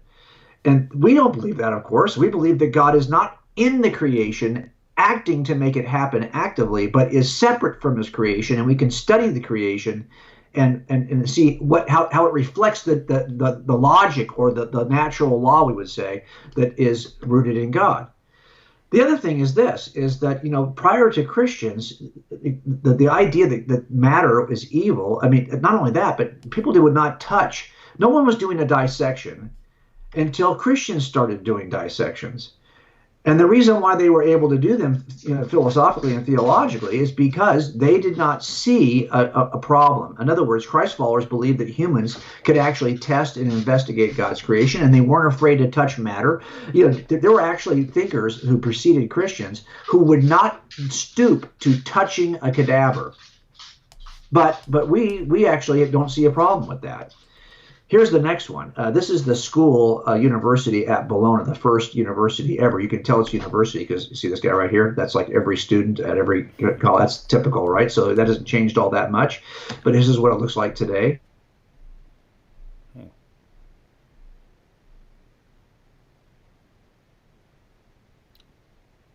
Yep.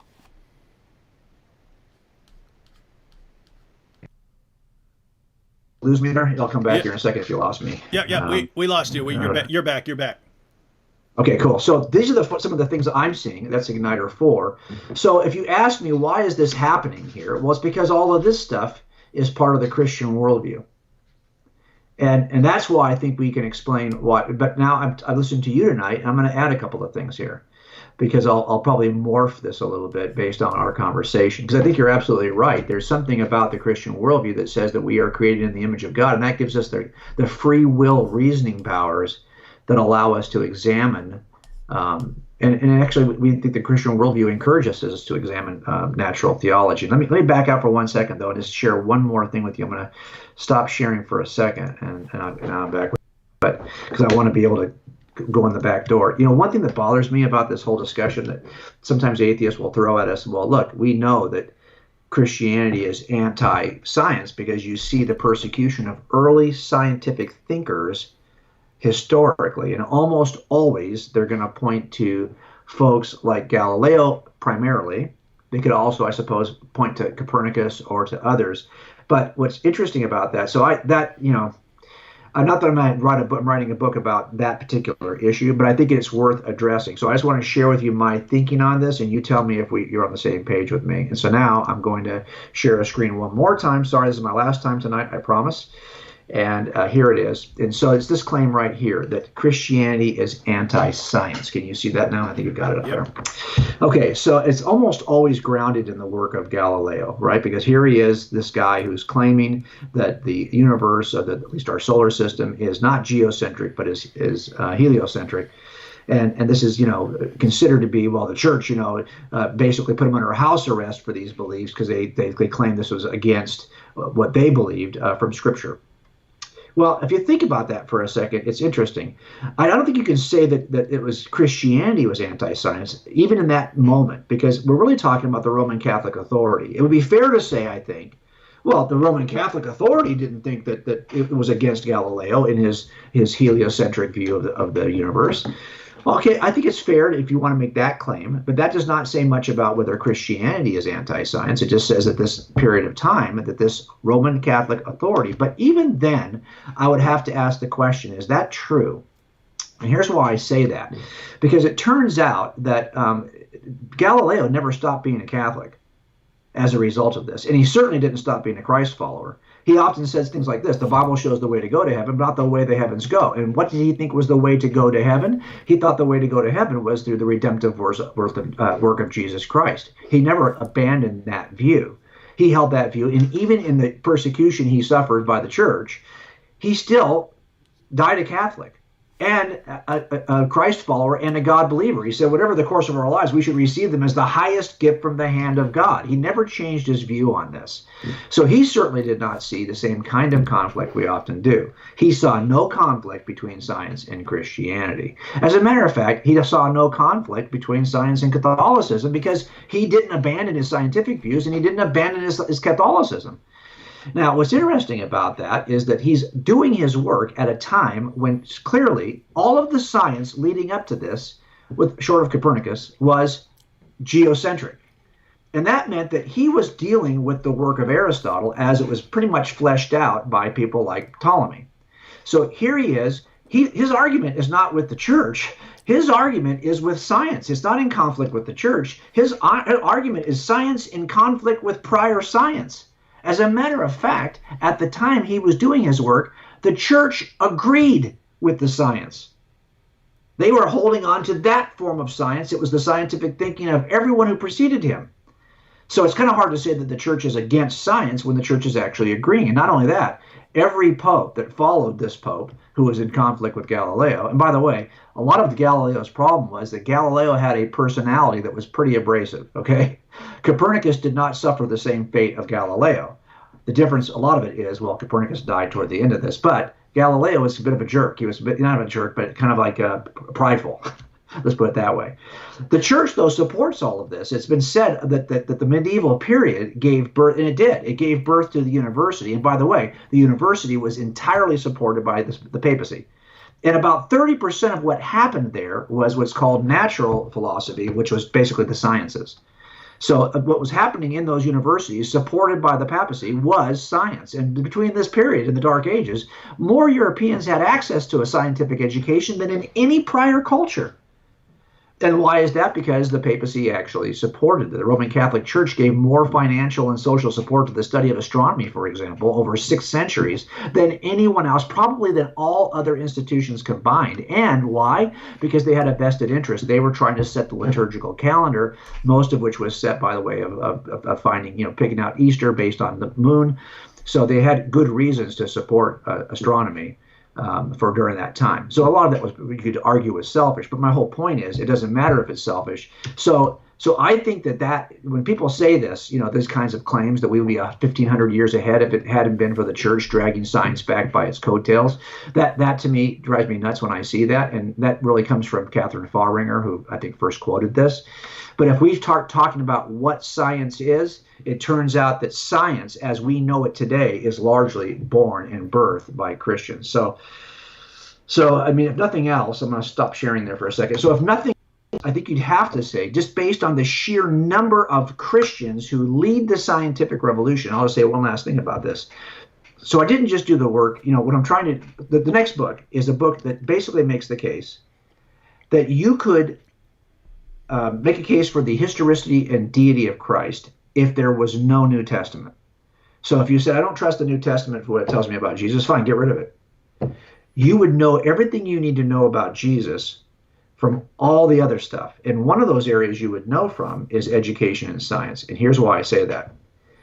We often hear it said that you can only trust what scientists tell you. They are the arbiter of truth. And I would rather trust a science. Look, don't you hear that right now in the COVID-19 thing? It's like, hey, unless the president has a bunch of scientists on the stage, people want to hear what the science has to say about this. I get it. Okay, so it turns out, if you look at the science fathers, the people who started every single scientific discipline, well, it turns out those guys, there's about 160 of them, those guys also wrote more than just science journals. They often wrote about Jesus of Nazareth. If you just go back and find those writings and start to list all of the attributes of Jesus that are mentioned by the science fathers, you will actually find out that they say the same thing that the church fathers say. So if you're saying I can only trust what the leading scientists, and by the way, it's not just that they're the fathers of these disciplines. I went back and looked at what medals have been assigned to these. Do you know how many I think like 60% of Nobel laureates in the sciences at the last count are Christian. This is happening even today.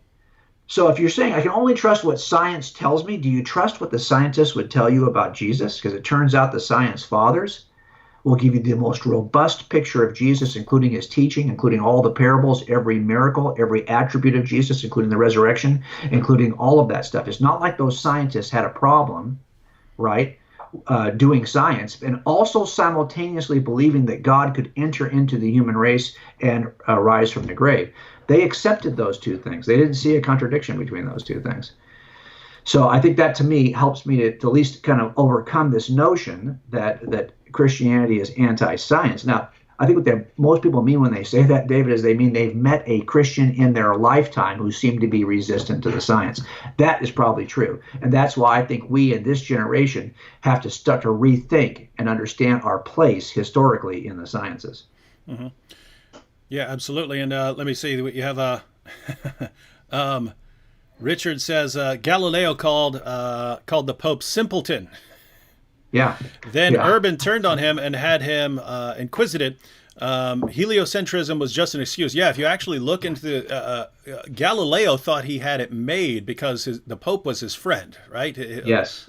Someone who was his friend actually took over, and he put forward his book and he brought it to the Pope and said, "Hey, I got this book on these competing worldviews and stuff. I'd like to put this book out there." And the Pope said, "Fine, no problem." He said, "I just want you to include one thing in there. Just include one thing," because the Pope actually had a different position. What's strange here is the Pope was right. The Pope's view was that if you have two competing hypotheses, there could be a third hypothesis that accounts for the data even better than both. Right. So you need to be kind of tentative here and say, open-handed. There could be another explanation. So I don't want to put my foot down here. So he said, "Could you just include that in your book? That when it comes to ultimate causes, there could be another cause that we're not even familiar with." And it's right, because Galileo's defending the Copernican model, which is actually wrong. That's right. This is actually wrong. Right. That's right. It was better than the geocentric model, but it was still wrong. And so the Pope was actually the one who was right. Anyway, Galileo, turns out, had made an agreement years earlier when there were some problems with his teaching, and it was brought forward. Hey, can you show us that the Earth is spinning and moving the way you say it is? Just give us any evidence. And he couldn't. And then so it was okay. Then stop teaching it. Sign this contract. Say you're not teaching that because you can't show that this is actually the case. Right. Because guys, we're all from a time when we take this stuff for granted. Keep in mind, if you're talking about centuries ago, and you say, hey guys, we're spinning at 1,000 miles an hour right now, and we're hurtling through space much faster than that. Did you know that? I mean, that sounds insane. That sounds completely insane and idiotic. You sound like a crazy person. So when people started putting forward these views, and you had people in the church on both sides, it was, okay, could you just give us some evidence for that? Give us some sort of evidence for that. And just saying, hey, this fits the equations of models a little bit better is not enough to overcome the level of absurdity. And so they put all this before Galileo, said, hey, can you prove what you're saying? He couldn't. And even the guy who was there that he signed the contract with, saying he would stop teaching until he could actually prove something, the guy said, yes, if he could ever prove it, then we're in a different ballgame. But right now he can't show anything, right? So Galileo had signed a contract saying he won't teach it. Then later on, his friend became Pope, and he said, great, now I've got the Pope in my pocket. So he goes to the Pope and says, hey, you mind if I teach this book? I mean, you mind if I publish this book? Pope says, yeah, sure, great. Just include that one little idea. So what happened was Galileo didn't bother to mention to the Pope that I'd already signed an agreement that I would not teach this. And two, he did put that quotation in. It was just almost a direct quotation from the Pope about not knowing ultimate causes, and so we just have to be humble and understand that we don't know these things. He put them on the mouth. This whole thing's a dialogue.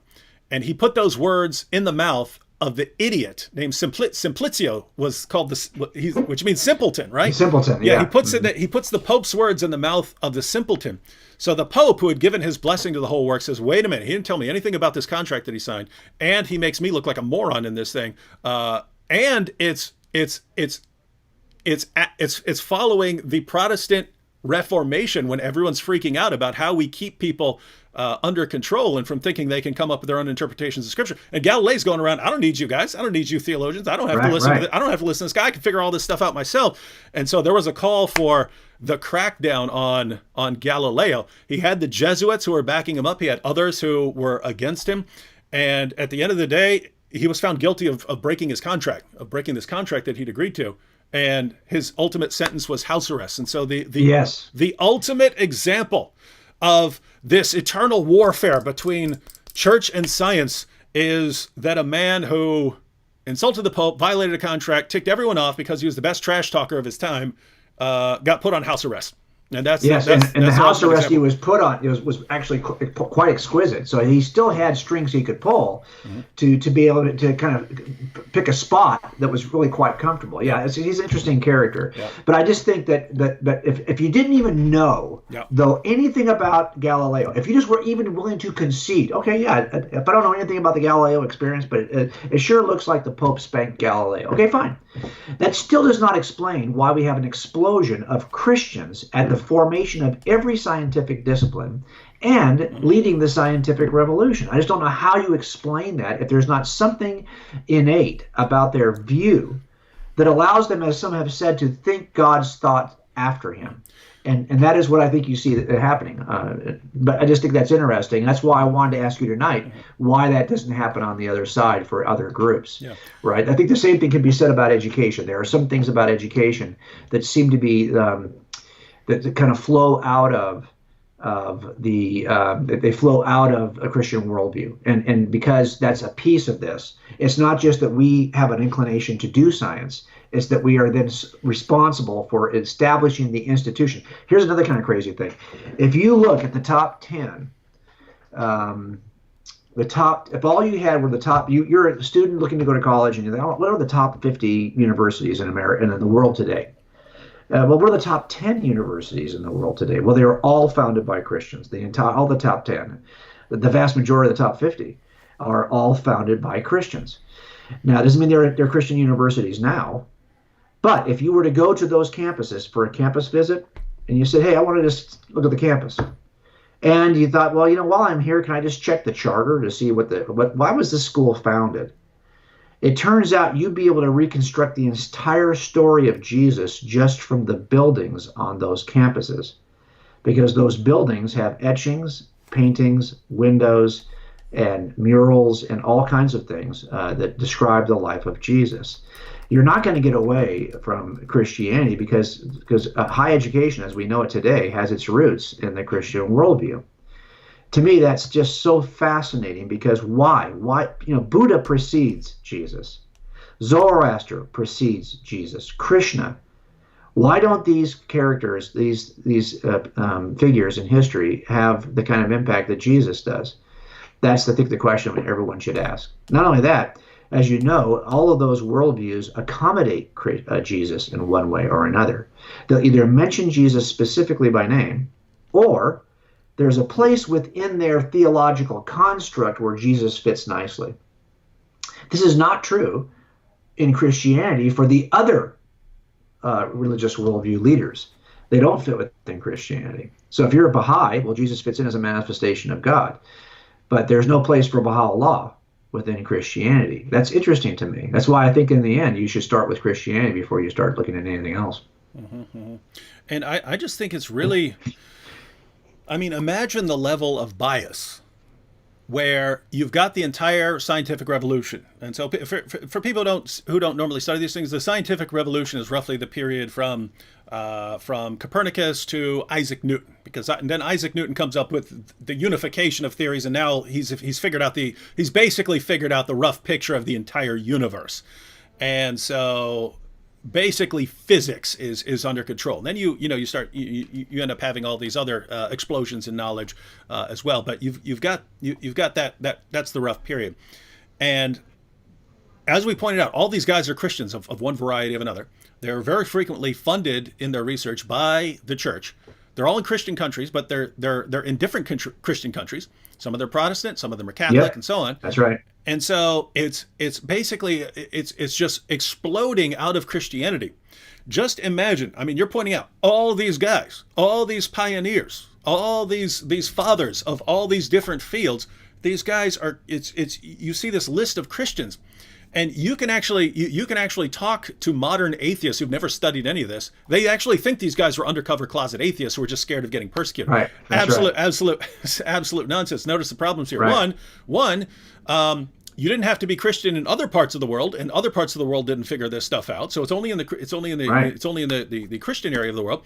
That's right. Two, even if we don't just have their public writings, we have their private writings. That's we right. have their letters to their family. We know what these guys believe, and they were many of them were very, very devout Christians whose entire research project was viewed as worship of the Almighty. And so just imagine where you would look at this, right? Because this is how, Richard Dawkins and so on, I've watched his talks. This is how they look at it, right? They look at that. They look at that history. And if all you zero in on is Galileo, and even that you can't get right, and you just have to portray it as he came up with some scientific evidence, and the church just went ballistic and locked him up, and they'll actually put up pictures with him in like chains and stuff like that in a dungeon. It's total nonsense, right? So they go to one story to show this eternal conflict, and then they have to make up like 98% of that story. And what's amazing is that these are the guys that are proclaiming themselves to be the champions of reason and rationality and evidence. Yes. And they're some of the most biased people who've ever walked the planet. They can't even look and say, wow, what was it about this worldview and about these guys that made them go out there and discover that? It's no, hey, there's a conflict with Galileo. Let's ignore, 98% of the actual reality and the details. Just zero in on this fact that it's the church versus this guy, and make that the entire story of the relationship between Christianity and science. And it's just, wait, you guys are the ones claiming to be the champions of reason and rationality here, and we're the ones you can't trust here, right? You're the open-minded ones, just going where the evidence points and where the biased ones. Because I know. Well, I'll tell you what. This is something I discovered when I was doing this work. Right, I wanted to collect the most robust. Years ago, I had assembled a list that was largely just off, kind of online resources, and just a very cursory list of scientists who had done meaningful work who held a Christian worldview. Okay, very short list. Well, so I started to think, okay, now I want to get the most robust list ever assembled. Well, there's not like a book that anyone has written that has assembled this list. And so how do I assemble it? Well, we're going to start by just using online resources and see where that points us. If it points us by way of bibliography to a book resource, then we'll get it. And we'll just assemble this ourselves from scratch. Well, one of the things you'll do is look at the online resources. Trust me, the Christianity has been scrubbed out of every bio of these historic scientists. You wouldn't know from the stuff you find online that these folks had a robust Christian worldview, even though they may have written theological works in addition to scientific works. They might have been a pastor, or served at their church in addition. By the way, it's not just that the earliest science associations, royal academies, the different, and wherever they have popped up, if it's in England, in Italy, in France, in Germany, they are founded by Christians and populated by Christians and by a large number of Catholics. And you'll see that even the academies, the associations that we revere today, which may be very different today, but just remember that they were started by Christians. Now, to be honest, the list I put together, it doesn't slow down in the 21st century. It's not like, okay, I can go back and I can find X number in the 9th century, X number in the 10th century. I did it for every century. So I get to the 18th and 19th and 20th centuries, and now I'm in the 21st century, right? Well, the 20th century, the last entire 100-year block, it's not like the number of thinkers and scientists who are award Copley medals. I don't care what medal you can think of in the science. They're winners of these medals. These are leaders in their fields. It doesn't slow down in the 20th century, and it's not slowing down in the first 20 years of this century. So I look at that and I think, okay, regardless of what you think has happened historically, it's not as though we are not we are overrepresented. Now you can say, well, that's because there are so many Christians in the world. Well, okay, but the idea was that you just told me that Christianity is anti-science. So it should be based on that anti-science bias that I would expect them to be underrepresented when it comes, and it turns out they're overrepresented. That to me is interesting. Why is that the case? I mean, I just wanted to be able to explain it. I don't think I have to explain it. I think I can just show it. A lot of times when I'm working on a case in front of a jury, I cannot tell you how he killed her because he did it, and no one even looked for her for 10 years. So by the time I'm working the case, there's no body, and I can't tell you how he got rid of her body or what room he killed her in because I didn't even start investigating. No one even visited the house for the first 5 years. But I can demonstrate that he did it. And I tell the jury, you're just going to have to, how he did it, unless he confesses to this, we're never going to know. But I can tell you that he did it. Now, why this is happening, that's interesting to me. But there can be no mistaking that it's happening, that Christians are overrepresented in the sciences. And that, to me, is an interesting fact that we have to at least bend our knee to that, because that's just a matter of a collection of data. I'm not making an inference to try to explain the data. I'm simply gathering the data. Yeah, I mean, as far as I'm concerned, science is, once people know that the universe is intelligible and that we are the kinds of things that can figure it out, and they just accept the idea that it's good, anyone can do science, even if it's, at the end of the day, it's not something that would come out of their worldview or not something that would flow out of their worldview. Like, I don't know how you would, if you were an atheist and you were at the time of Copernicus, I can't imagine you doing what Copernicus did or playing any role in the scientific revolution. Your worldview just would not have led you to think that you could go out there and figure that stuff out. Whereas now atheists have absorbed all of the ideas, not realizing that none of these make any sense on atheism. So now everyone, of course, everyone can do science in the world now, but there's only one group I'm aware of where it could actually get off the ground in any sense that remotely resembles a revolution.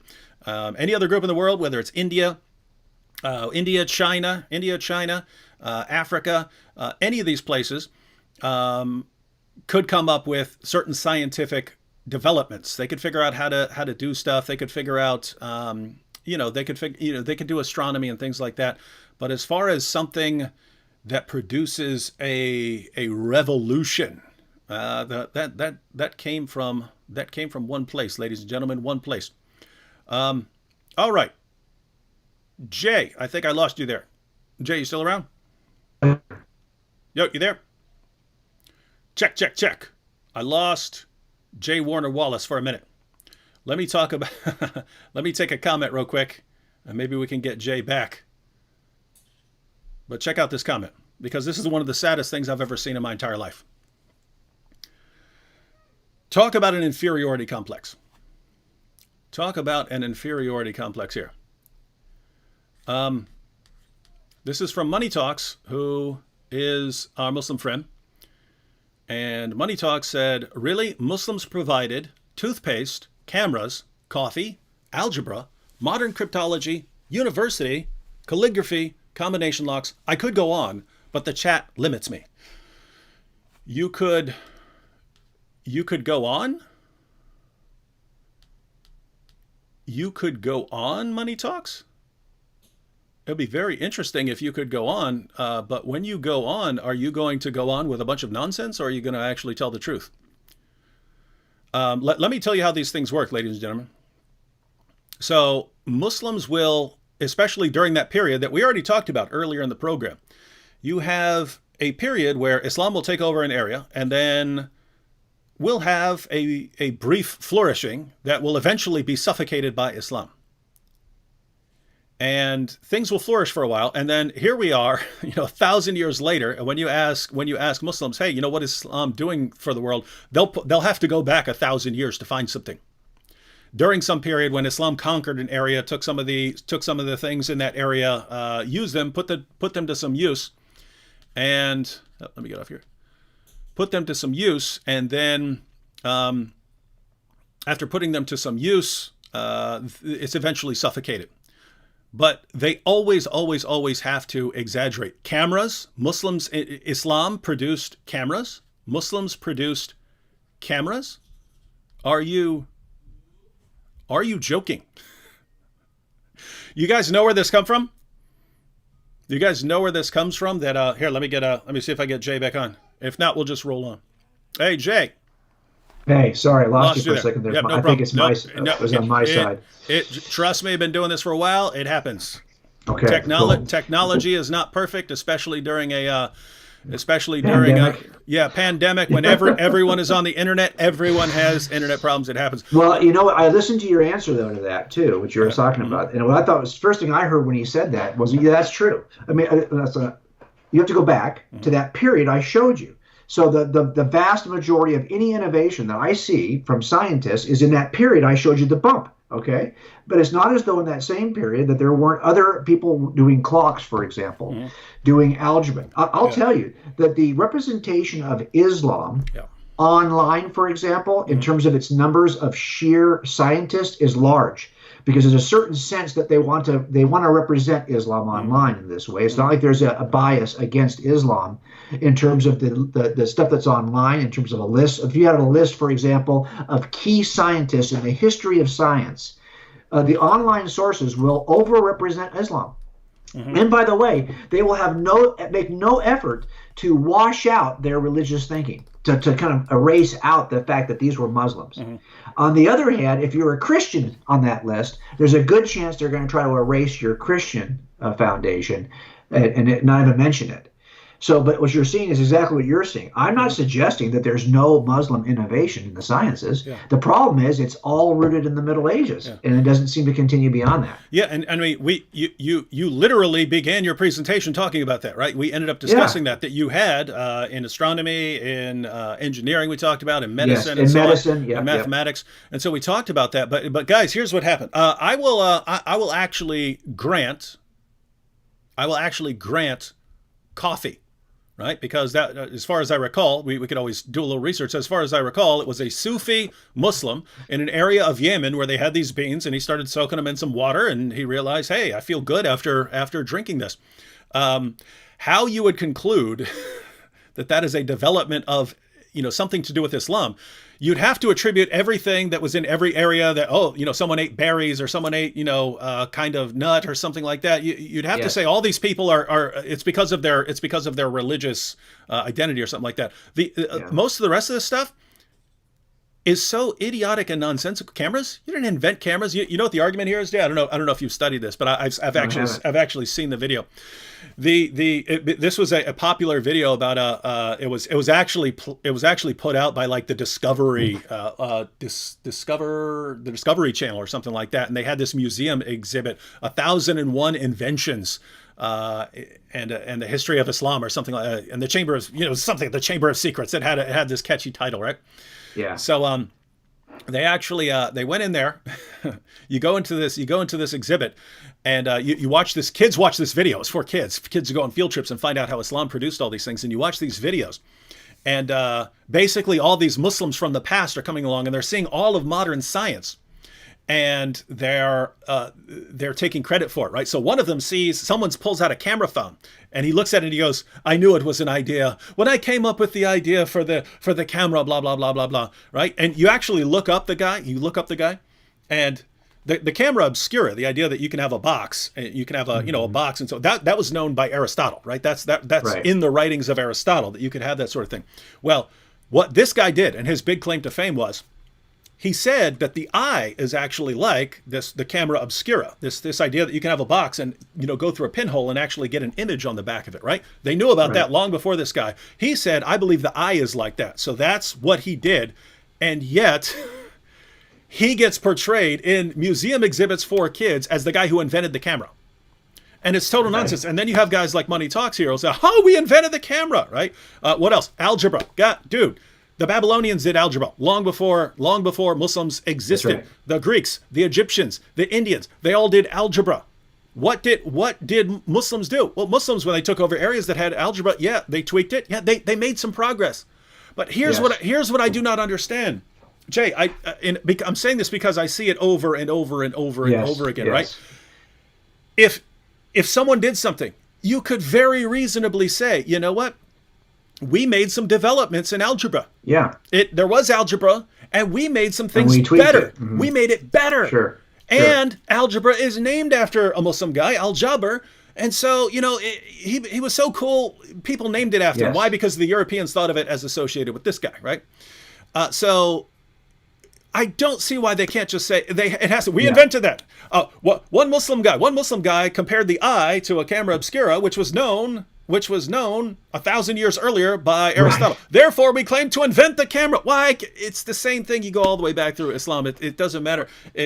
Everything has to come from Islam, and they have to exaggerate Yes. everything. Dude, we understand that you have a kind of inferiority complex, right? We understand that, but don't make stuff up in order to respond to it. Try to account for why and try to fix it. That's all I would say. Try to figure out why Right. you guys were behind. Try to figure out why, especially if you want to blame it on something else. If you want to say, no, it actually wasn't Islam that suffocated scientific knowledge and reasoning. It was something else. It was some other factor. We'll explain that. I'd be happy to hear that. But dude, don't go along with all this nonsense. All right, Jay. And what you can do too is you can simply be realistic and honest about what the claim actually is. If you wanted to say, well, we have the father we have the father of the name of algebra, fine. Cool. But you can't really say you've invented algebra, because that actually occurs long before either Jesus or Muhammad are on the planet. And if you want the father of modern algebra, just Google it. That's a Catholic named Francois Viette. That's in the 1540 to 1603. So there's going to be a father for the introduction of algebra. There'll be somebody who gets to put his name on it. That might be the guy in the middle there and from Islam.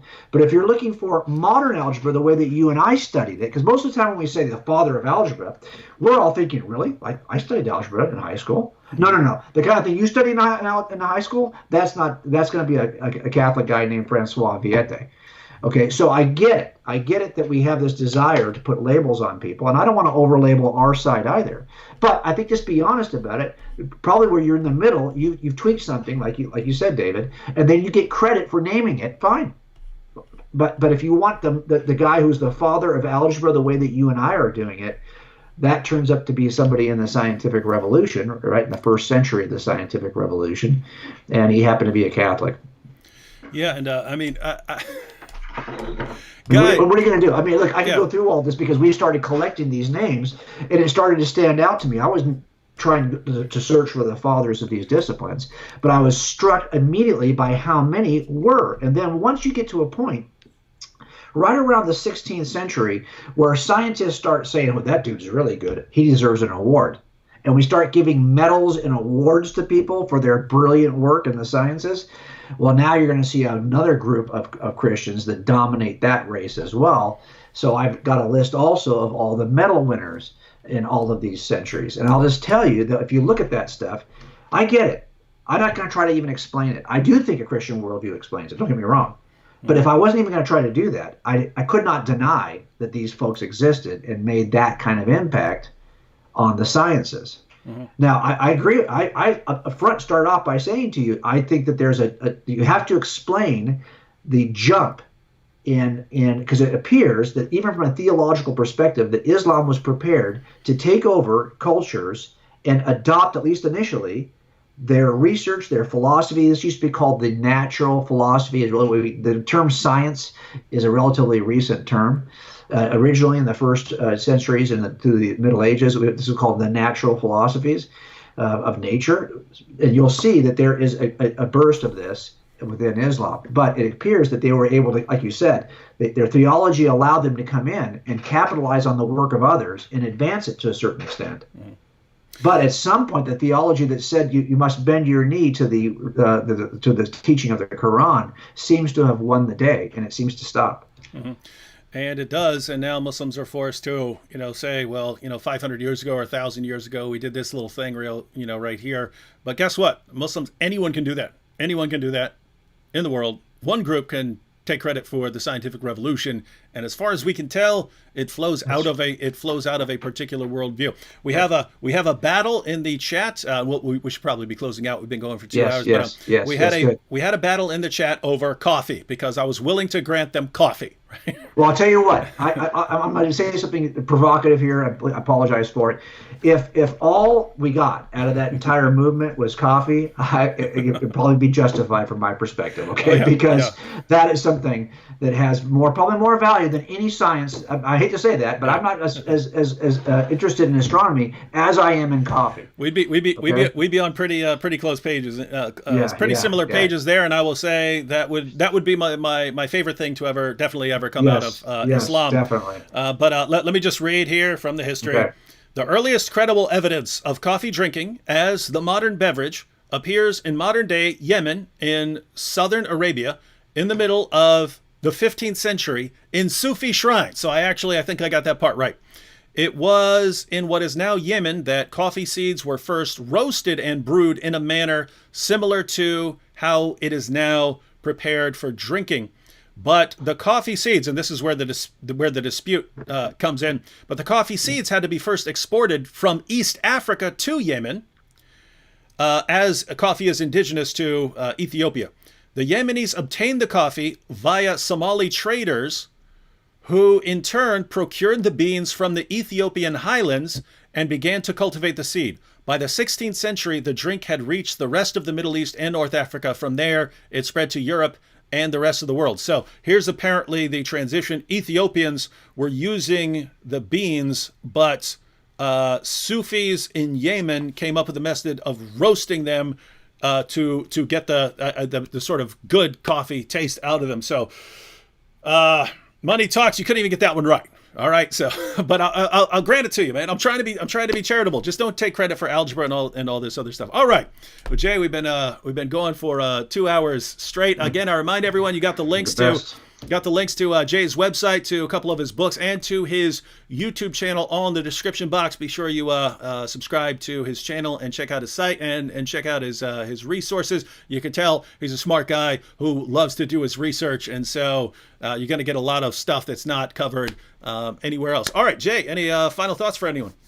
Dude, I'm surprised that our internet connection held up this long. So if you can still hear me, thank you, David. I want to do it again, though, at some point, because I feel like there's a couple of areas that I'd also like to talk about that I wonder if Islam has made the kind of contribution that Christianity has also. And just the arts. I hate to kind of give it away. No. But that's an area I don't think they have. And obviously there's theological reasons why they might not. But I think that's something that's worth talking about, both in music, literature, and in art. Let's sometime get back together and do that one too. Yeah, basically, especially during coronavirus lockdown, when I'm around pretty much every night. Anytime. Yeah, no, I'd love to do it again. I'm ready to talk about it whenever you want. Let's just connect and do it. Anytime you got something you want to talk about, something you've studied in the past, something you're working on for the future. Anytime you got some topic, give me 2 or 3 days notice and stuff, and say, David, I want to talk about this, and we're good. Thanks, brother. You're the best. Right. I appreciate you. All right, man. Thanks again. I appreciate it. All right, catch everyone later, and I'll have more stuff for everyone coming out tomorrow.